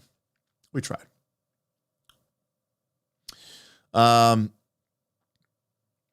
Lug says, I think rituals are left behind because most players think in the immediate benefit with magical things. They don't see the benefit of planning ahead and doing some party casting. Yeah, I agree with that, Lug. Although Galarian and Death will be soon doing a ritual in New Dawn. Cool. I also agree with that, Isaiah. Rituals would be a perfect way to help balance the magic and slots for Prepare Caster. Again, 4th edition did this. It basically made all of the wizard's powers, the sorcerer's powers, the cleric's powers fairly combat focused because that's what that system of the game was focused on. And then it allowed all the rituals to do all the cool, weird, magical shit that you would want to be able to do with your wizard, like teleport and walk through walls and scry the future and stuff like that. And they just made that rituals instead of having to be like things that had to compete with your fireball. Because it's like, it's not fun to make players have to choose between that, I think. But I do agree with Animazon, who says, isn't one of the things that sucks about ritual spellcasting is that it runs counter to the idea of combat as a sport. Certainly pre-buffing, it does. You are absolutely correct. Like the idea of rituals being like buff, go, is very much counter purpose to combat as a sport. Apply some WD-40. It is kind of squeaky. I probably do need to. I have some silicone spray that I could put on it. GM Core. Subsystems, again, 4th edition got lamb. I mean, it's not even fair, people. And I'm not trying to sound like a 4th edition apologist here, but I remember I still see when we do a 4E stream, people are like, oh, 4E sucks so bad because they had to errata the rules. Their first skill challenge system didn't even work. They had to update it in the second DMG because the math wasn't good. And then, Pathfinder 2 comes out and says, some subsystems were adjusted. Their chassis was modified mathematically to make it more player friendly because it was too tight and incentivized part of the group not to help. Guess what? So now Pathfinder 2 is doing the same thing. They're like, turns out we were a little bit too tight with the failures and the successes, and it wasn't really working the way that it was. And so we had to kind of straighten that out. And so, yeah, they're fixing their subsystems because they didn't get it right the first time. And now they have an opportunity to get it better, and they're getting it better. And by the way, this is coming out in 2023. 4th edition released their revised skill challenge rules after 1 year in the DMG2. So just saying. 4 years, 1 year. Research is being updated to be clear on how to construct adventuring around it, such as you wanted it to explore mind, where would you put the checks? Basically, how to diffuse it across a dungeon and use it in exploration mode. So I'm reading this as they want you to be able to use a subsystem to explore a dungeon instead of actually having to go through it and explore it. Anyways, vehicles will alter. Great. I don't care about vehicles one bit. They changed some stuff here about the setting, and I don't really care too much about that. Treasure. They're like, hey, guess what? Fucking talismans suck. And they do. So they're going to be changing talismans. Talismans weren't pulling their weight. They had a tendency to be too specific. So like, and let's like use an example of this.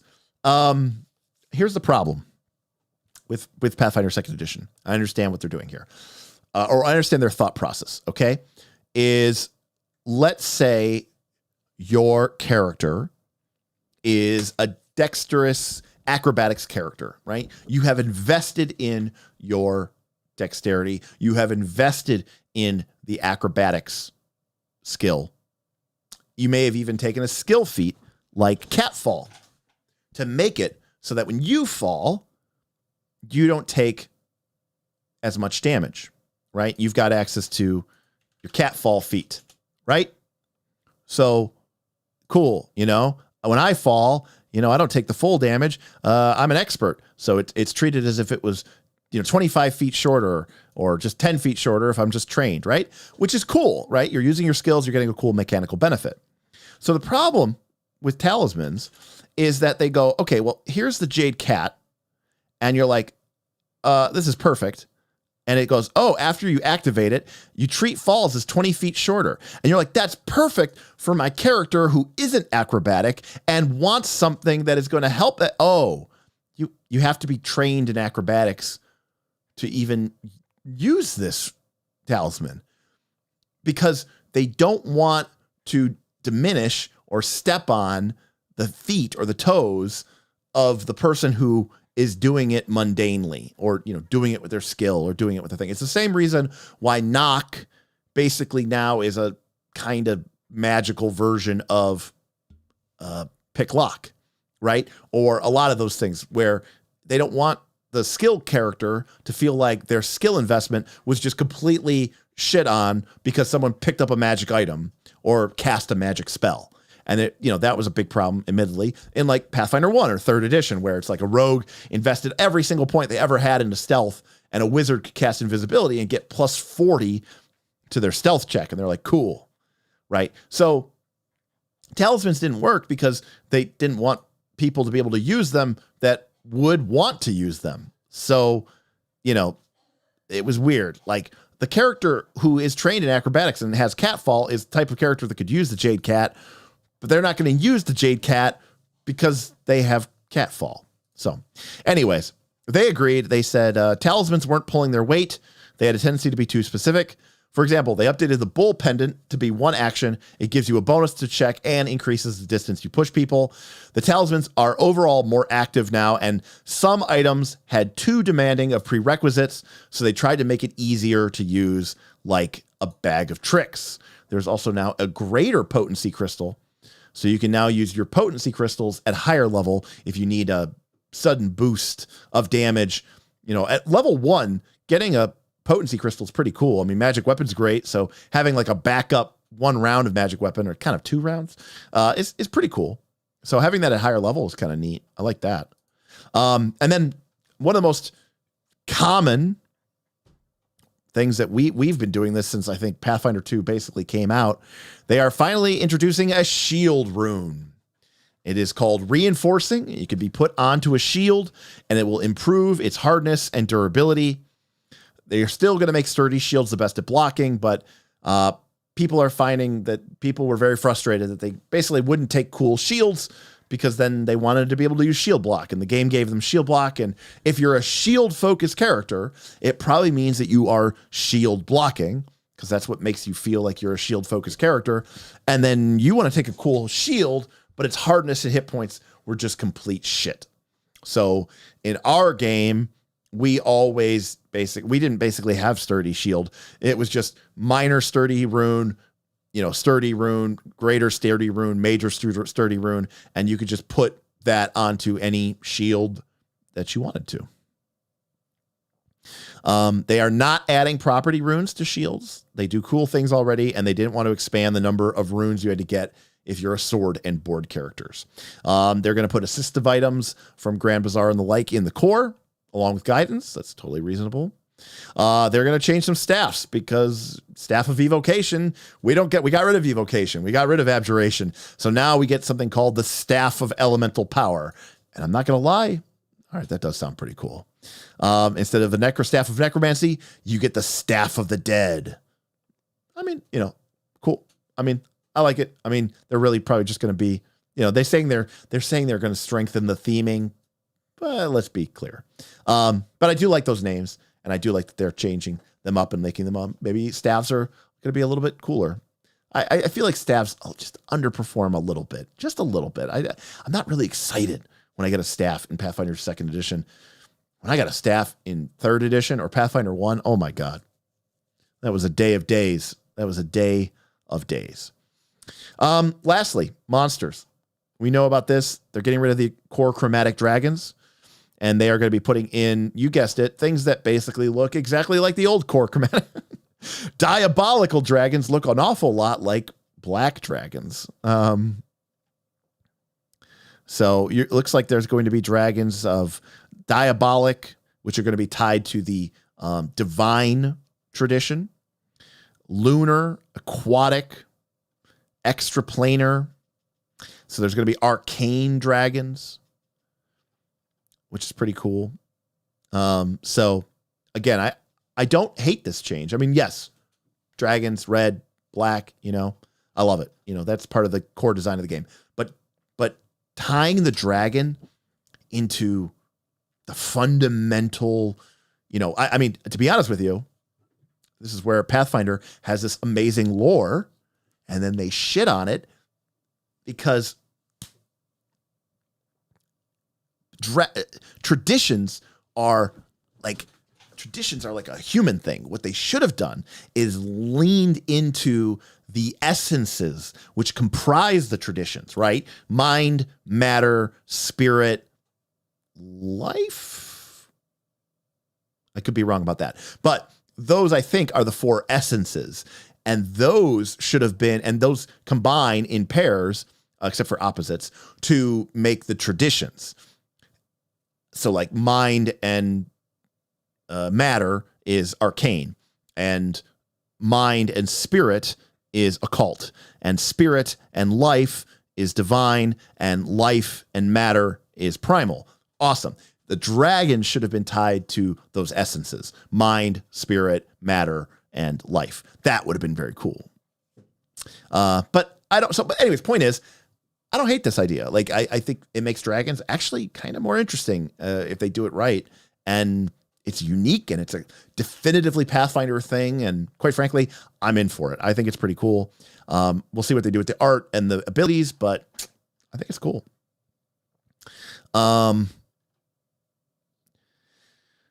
Fiends and Celestials. They had to rely on the OGL monsters originally. They brought in some existing ones, and they had to compensate. They have some new ones to fill in the holes as well. Imps are now general planar monsters. I kind of like that idea. They could play a lot of different roles that are unique to Pathfinder. I like the idea that imps aren't necessarily just a minor devil or demon. I can never remember. I think imps are a demon. I like the idea that they are more just like extraplanar messengers, extraplanar servants. I think that's kind of cool. I like that idea for the imp. They are reworking the hags to be closer to the source lore. But like, are hags that important to anybody else? There are certain things that Pathfinder leans into that I just goes way over my head. And I go, I don't see this being important to anybody else. Is this just like a weird Paizo thing? I never quite understand it. But like the hags, the occultism, the weird science, the dark kind of Victorian, crackling Dr. Jekyll, Mr. Hyde motif, all that stuff seems very, very distinctly Paizo oriented. And it's never something that I've really, hit with. Ah, yes, imps are devils. Quasits are demons. Well said. And again, we don't fucking need both of those things. We don't. Anyways. Going on a quick rant here, quick aside, a 4th edition aside. Save Versus with a $2 super chat says, "Where's the Battle School dragon?"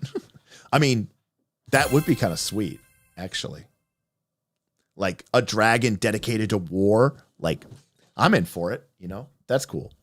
So JG loves the weird fiction elements. Yeah, I mean, look. They clearly have their fans. I know that a lot of Paizo/Pathfinder fans really dig that weird fiction, that weird fantasy, as you describe it.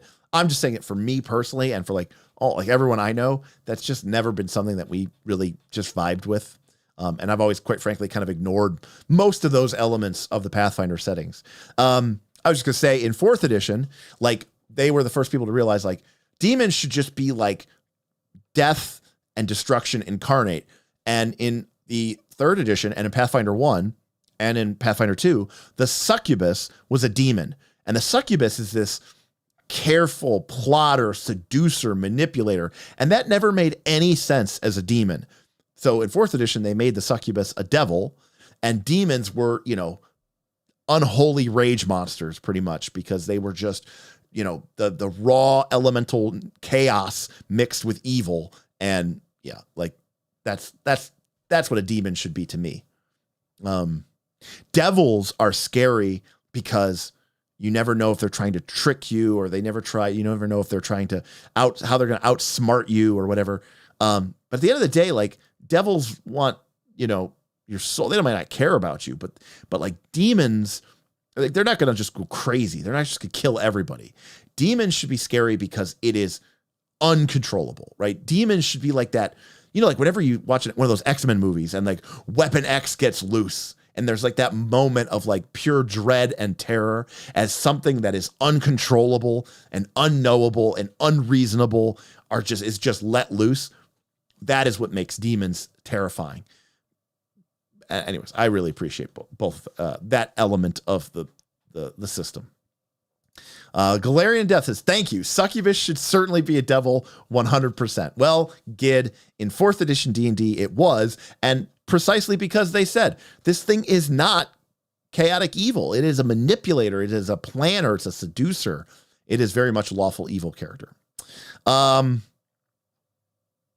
So, Player Handbook Player's Core 2, which will be coming out early 2024, will have the remaining classes and ancestries that appeared much later, such as the renamed hyena-like ancestry.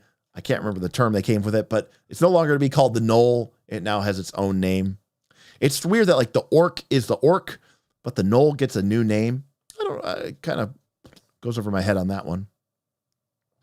It's not meant to be an advanced book, just the other stuff. The Colo. Yes, the Colo, which is kind of a cool name. I don't hate it.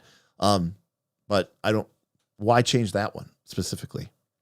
All right. So those are the main changes, which we know about for the Pathfinder 2 Remastered. Okay. Dog's barking. Again, I got to say, I'm pretty excited. I think it's going to be a cool change. I think it's going to be a fun change. I think it's going to be, I'm looking forward to it. I hope, I hope they go deeper into it. No more grassy knoll jokes. Anchor Root flashbacks. Yeah. Anchor Root is another great, missed me entirely. Isn't this the best thing about Pathfinder 2? No, that NPC would have annoyed me. Derek, you just hate cute things. Not true. I love my dogs. Which are gnoll-like, if you think about it. In regards to Frostbite, if Divine Lance is 2d4, I would expect the rider effects added would be baked in to the stack up. Actually, King Fate, that's a great point. What I would love to see with cantrips, specifically, is I would love for cantrips, maybe focus spells, but cantrips, to be individually on their own weak, but have a lot of setup that can combo with other people. So, again, in game balance terms, if you get something and you're going to get it 100% of the time versus getting something that is conditional, then that thing that is conditional is weaker. So what I would mean to say is a cantrip would be a pretty weak action, but it has some sort of rider or effect that if your party can take advantage of it, okay, then the cantrip becomes a reasonably good action. Not powerful, not overpowered, not broken, just a cool, reasonable action. And you got it for free, right? It didn't cost you any resources.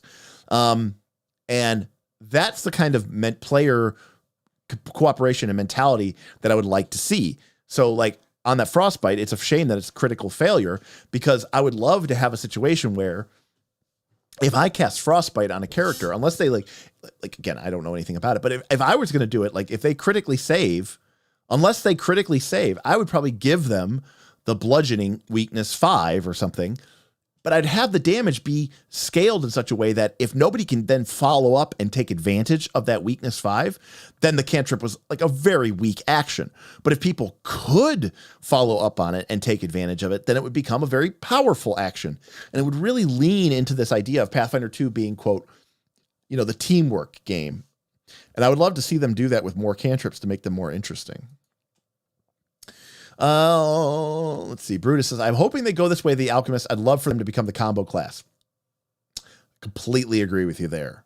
I would love to see the Alchemist lean more into persistent damage and do very little upfront damage for sure. KC says, my players are definitely excited for this. We started playing Pathfinder 2 in 2021, so they always felt like they were late to the game. They're excited to be part of the zeitgeist. Yeah, no, I mean, look, we play these games. We play them a lot. Paizo listens. They're out there on the interwebs, and they're talking to people. They're talking to players like, well, not us, but they're talking to other players, and they're learning. They're learning what is working with their game, what isn't working, what actions aren't exciting, what feats are overpowered or whatever. And I'm hoping that they're going to come in and tweak the game and make it a better game. I don't think they're going to make it a worse game. So, I mean, I how can you, and I get it. I just bought my books, or I bought my books 3 years ago and I wanted it to last for me for the rest of my life. Again, I have a hard time appreciating that. I probably spend, $100 a month on RPG books. It feels like every month, maybe more, if there's some Kickstarters going on. So I have a hard time, believing that like the $70 or $60 that I pay for a rule book that I'm going to use for years and years and years, hundreds and hundreds and hundreds of hours, isn't already just the most insane deal that one could ever hope to get for. But as they always like to say, the rules are free. A lot of people play online anyways. They play on Foundry. So having the physical rule book doesn't even matter. All of these changes are going to be for free, available through the SRD, through Pathfinder Nexus, through Path Builder, through your Foundry VTT integration. So, I say go for it. Bring it. Bring the better game. Bring the better game. Sanderson says, I'm thinking in general, 90% of the changes discussed are at least minor improvements. I am excited.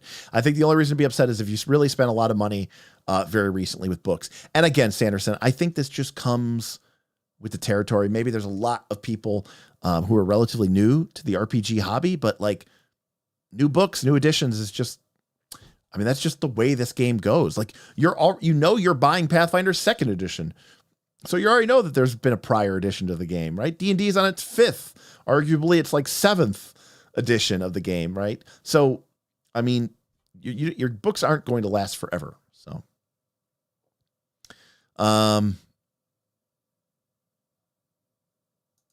random callback to earlier chat regarding edition differences. Older RPGs released new editions with less changes, but that was when you could not just issue errata. That's true. Nor could you easily give feedback. That's very true, Isaiah. We live in a world now where Paizo, for the most part, I think they understand that. I don't think there's that many people who are really relying on their physical books anymore anyways. So, we live in a time and a place where, sure, releasing monthly errata would be far too much, but I kind of wish the time in the future would be, hey, between major editions, like we're going to release, 2019, we're releasing 2.0, 2020, 2.1, 2021, 2.2, 2022, 2.3, 2023, 2.4, 2.5, 2.6, and now we're releasing a 3.0. Like annual incremental version increases, I think is the way that these games should be going. To be honest with you, it's about the shelf space. All right, fair enough. Shelf space, not a problem for me, but I could understand that for some people. Will Golarion still be Renaissance fantasy? Yeah, my guess is it will be, or whatever version of Renaissance fantasy they choose to focus on in that particular corner of Golarion. That is a rough beat, Dead Meat. Buying all the books that announced 3.5. That is rough. That is rough. So yeah, that's what we got. We've got Rage of Elements coming out here in a few months, and we've got Pathfinder Core, Player Core coming out, along with GM Core, probably the single worst name ever for a variety of reasons. Please, Paizo, I don't know who watches this. Change the name. You haven't gone to printer yet, I hope. Maybe you have. Change the name. It's horrible. Oh, excited about the changes, not the title. Game Mastery Guide, at least, is something. Calling it the core, this core is just too much. I mean, maybe they want people to know what these are the books you have to buy. I don't know. Didn't make any sense to me. Roxley, I very much doubt that Paizo is actually listening to us. Maybe through the grapevine, they are, but I doubt that. I hope the new Tian Xia, will bring more monk weapons, and monk monastery weapons will be more in remaster. Yeah, I mean, it'll be interesting to see what they do with the monk.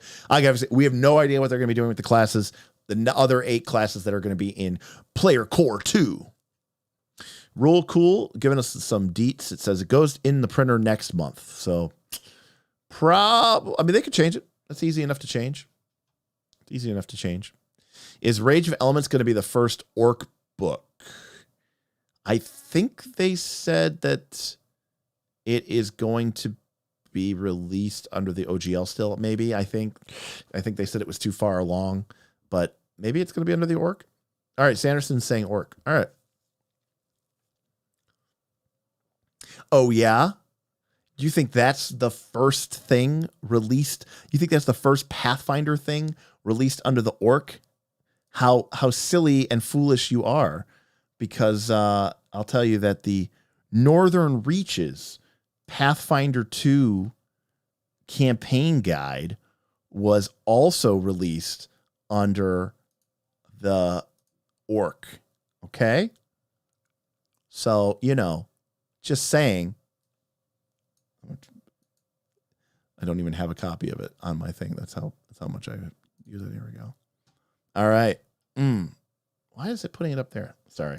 My computer was being stupid. There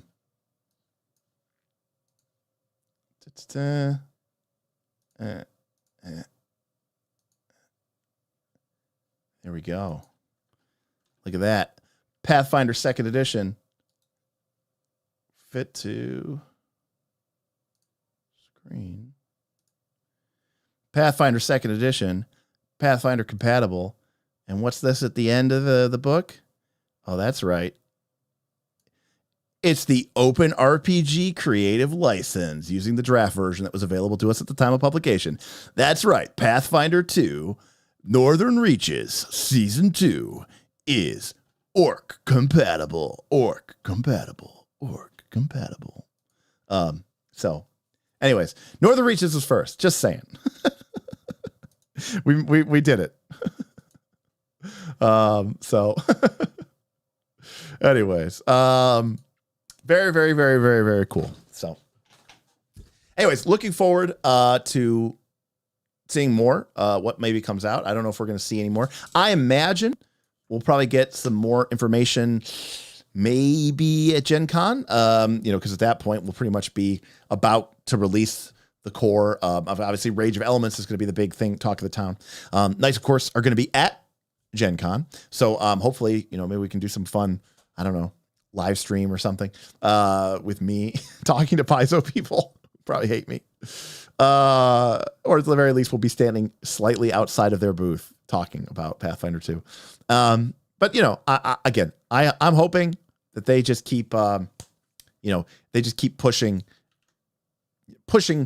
the boundary and trying to make, the game as good as it can be. I understand they can't completely rework everything. But yeah, I mean, it's, Mike says, what's up, Derek? I'm stoked for the nerfing of the fighter and the remake of the Oracle and the Witch. Well, unfortunately there, Mike, the fighter actually looks like it's going to be kind of buffed. Because you know what? They're getting rid of open trait. They're going to make athletics better. So they are definitely not nerfing the fighter. In fact, they said, why mess with perfection? So Mike, they are not they're not nerfing the fighter. In fact, if anything, they even said they're giving it a little bit of a boost. So GM Scott says, I would pay money for a panel with Derek, Jason, and Eric. You know, I'm sure like I don't disrespect those guys. I think that they make a fantastic game. It's what I've built my channel around. It's what me and my friends have chosen to play for years now. And before that, Pathfinder 1, after we left 4th edition D&D, we went to Pathfinder 1. We didn't go to Pathfinder 1 right away because we enjoyed 4th edition D&D. But, by 2013 or whatever, when the D&D playtest was out for D&D Next, we made our way over to Pathfinder 1, and 5th edition came out, and we said, no, thanks. And we stuck with Pathfinder 1 for the next, 4 or 5 years until Pathfinder 2 came out. So it has been my they've been my go-to fantasy provider since about 2012, give or take. 13th Age has come in here and there and some other games, but people think like I hate them or something. I don't. I really respect them. It's just Derek, I don't always agree with all their decisions, and I don't necessarily like everything that they make. No need to touch perfection. Exactly, honest. Fighters are okay. Let them hit people. It's far more complicated than that. I will be the first to admit that if they nerf hammers and flails, that makes fighters a little less egregious. The problem is hitting people is what the game is about. And missing sucks. And when you miss with your cool barbarian or you miss with your cool monk, then you've accomplished nothing. So hitting isn't just about being mechanically effective. It's also about just the player's experience at the table and giving a character in a very tightly balanced game that large of an increase to hit and to critically hit and to not miss is a big deal. It's a big deal. So yeah, it's a complicated situation. And again, fight, like I said, the fighter definitely does that. And again, it's when you have so many classes which are based around, like, I don't care that the wizard can't hit. Like, the whole wizard spell attack thing does not bother me in the slightest, or the sorcerer spell attack or whatever. But like a monk, a ranger, a champion, a barbarian, I'm sure I'm forgetting some other class. They should be able to hit. Like, that's what defines your character class. So when a character class, they're all about hitting. They just do different things after they do hit. But if they miss, they did nothing. So hitting more is better. All right, everybody, it's 9:30. So I think we're going to wrap up. I think I got to the end of the chat here. So again, thank you for watching. And as we went through these PaizoCon2023 updates, very promising, very exciting. Some big changes coming. A lot of house rules that I was already using. Sturdy runes on shields, focus points to full. I think, some of the class changes look good. I'd love to see a rebuild of the witch. Hopefully they're saying they want to double down on familiars. Maybe they'll surprise me and they'll make familiars really cool. I hope they fix, hexes. So, Domencius, $5. I learned so much from your streams. Thank you. #Leshy Love and #for the Horde. Thank you very much for that extremely generous and very nice tip. Appreciate that. And for the Horde, I hate to tell you this. I was an Alliance player. I played gnomes. I played dwarves. Ironforged for life. Dunmer Rogue boys. We're hanging out. Loch Modan. Red Ridge. You know that. Those were, that... he's immediately regretting the tip. Yeah, Alliance was the best. Okay. And not only that, not only did I play Alliance, okay, I played a lot of Battlegrounds. In fact, I never raided in WoW ever. I never joined a guild ever. I never raided. I didn't care about endgame content, but man, Warsong Gulch, Eye of the Storm, yes. Battle for Alterac Valley, hell yeah. The other one, I can't remember the name of it. Anyways, I played a lot of Battlegrounds, and so I have killed way many too many hordes. I mean, I remember the early days, like, right, when the Alliance didn't get Shaman before the Draenei, and, like, you'd be, be doing a battleground, and there'd be some fucking Tauren Druid, and, he was a Tauren Shaman or whatever, and he'd kill him, and he had his Spirit Stone thing and come back, and it was completely horrible and annoying. Those were the days. How much did the Alliance pay you for that? The War Chief will pay double. Listen, have you seen Orgrimmar? Have you seen Ironforge? You tell me where you want to live, okay? If Orgrimmar actually looked like a cool city, maybe I would consider living there. But it's shit. Undercity is shit. Anyways, the Horde is just never good. It doesn't surprise me that you know what? I mean, this is probably a sweeping generation, but it's like 5e players are Alliance and Pathfinder 2 players are Horde.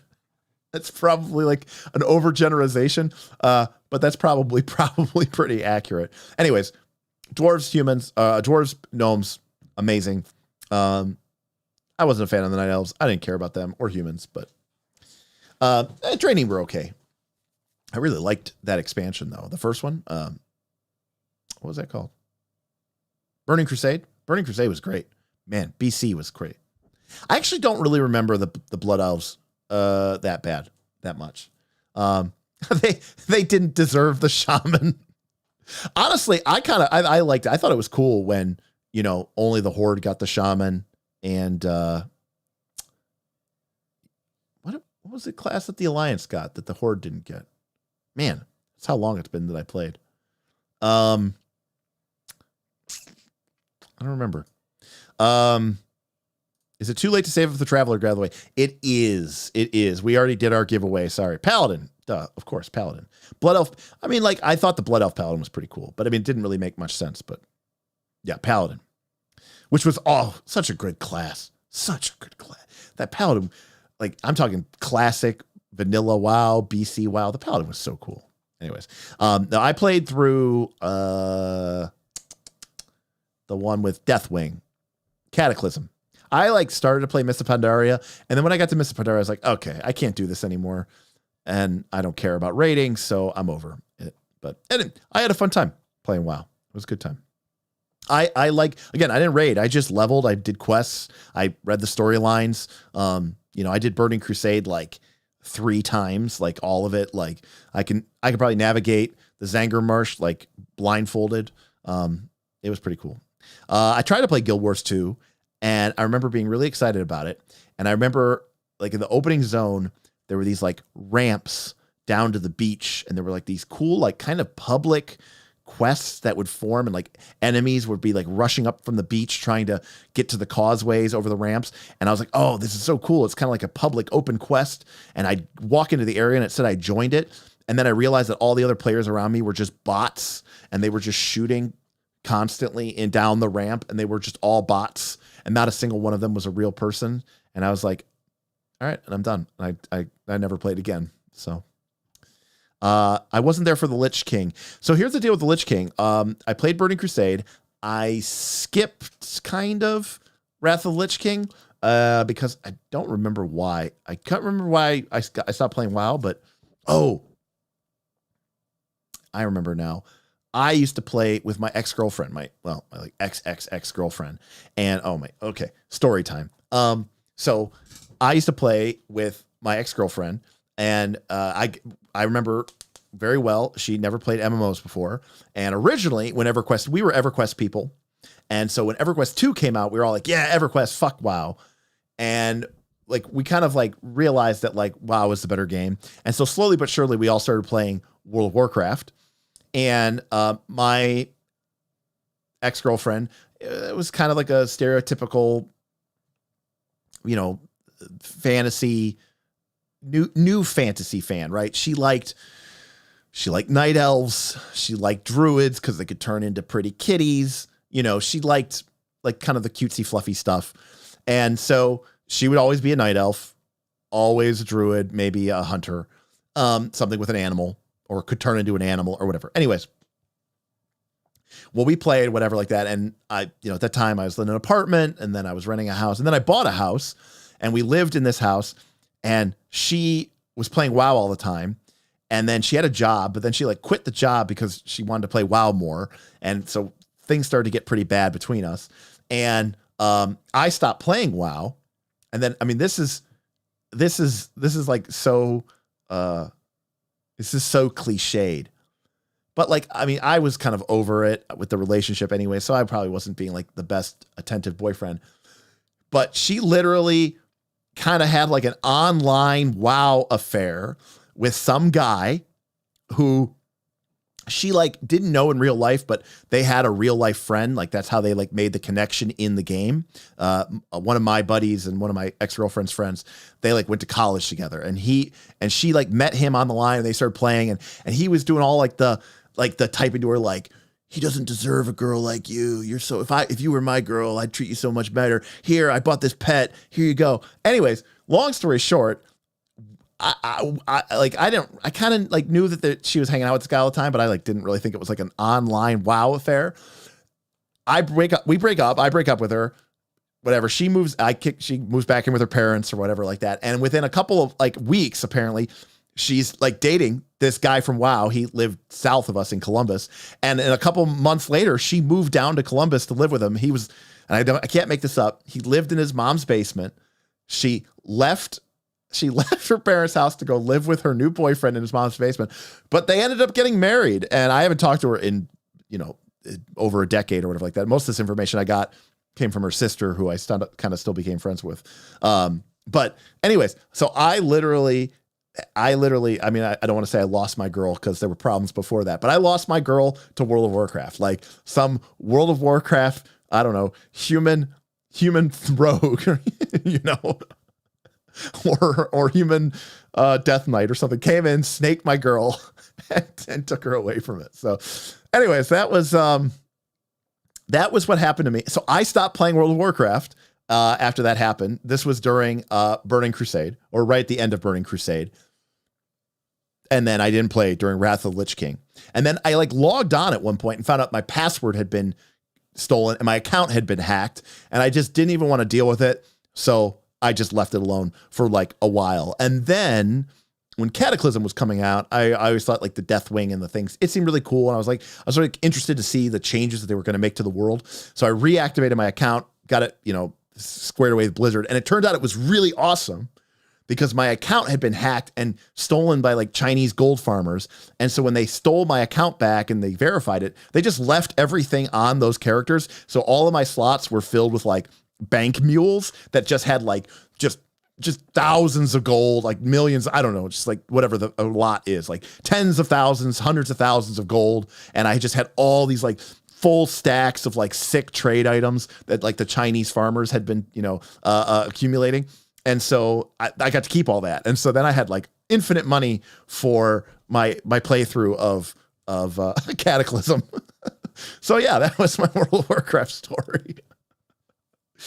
But then and it was cool. That was before like they did on your phone. When you had the little key fob that had the randomizer key, the authenticator, the Blizzard authenticator on the key fob with the little button. Yeah, that was pretty cool. And I was like, you're not going to get me again, Chinese gold farmers. I've got the key fob on my keys, ready to go, ready to play World of Warcraft at a moment's notice. I haven't signed back on for the game in a long time, but Aaron is Smith from the channel. He still logs on a WoW with him and his wife. They play it every once in a while. I think Kaz does too. But anyways, it was a fun time. Always enjoyed it. And that's how Derek became a gold farmer. Actually, that was like the end. That was like the end of me playing video games. When Mists of Pandaria came out, I was still playing a little bit of World of Warcraft, but I'd really stopped playing much video games. I hadn't bought a new console in years. And when I stopped playing Mists of Pandaria, that was kind of really when I stopped playing video games. So never really got back into them after that. I played Total War Warhammer 1 and 2. I haven't played 3 yet just because I've been so busy. I played the crap out of those, but other than that, I really have not been into a video game in like over a decade. So, all right, everybody. that's story time for the night. Thank you again for joining us. We're gonna be back Thursday. I think we're gonna talk. I don't know. We are probably gonna eventually talk about another Pathfinder 2 class, but we just did Pathfinder 2 today, so we might do something else. I'll see what the patrons want to get into. We'll maybe do some voting or something like that. I know we had a couple votes in the last couple of weeks, and I know that 4th edition and Blades in the Dark and Avatar were all very close to the top of that list. And we did a Blades in the Dark. We did a 4th edition. So maybe we'll talk about Avatar. So it'd be pretty cool. All right, everybody. I will see you Thursday. Thanks a lot for joining me this evening, and we'll see you next time on Knights of Last Call. Don't forget to like and subscribe.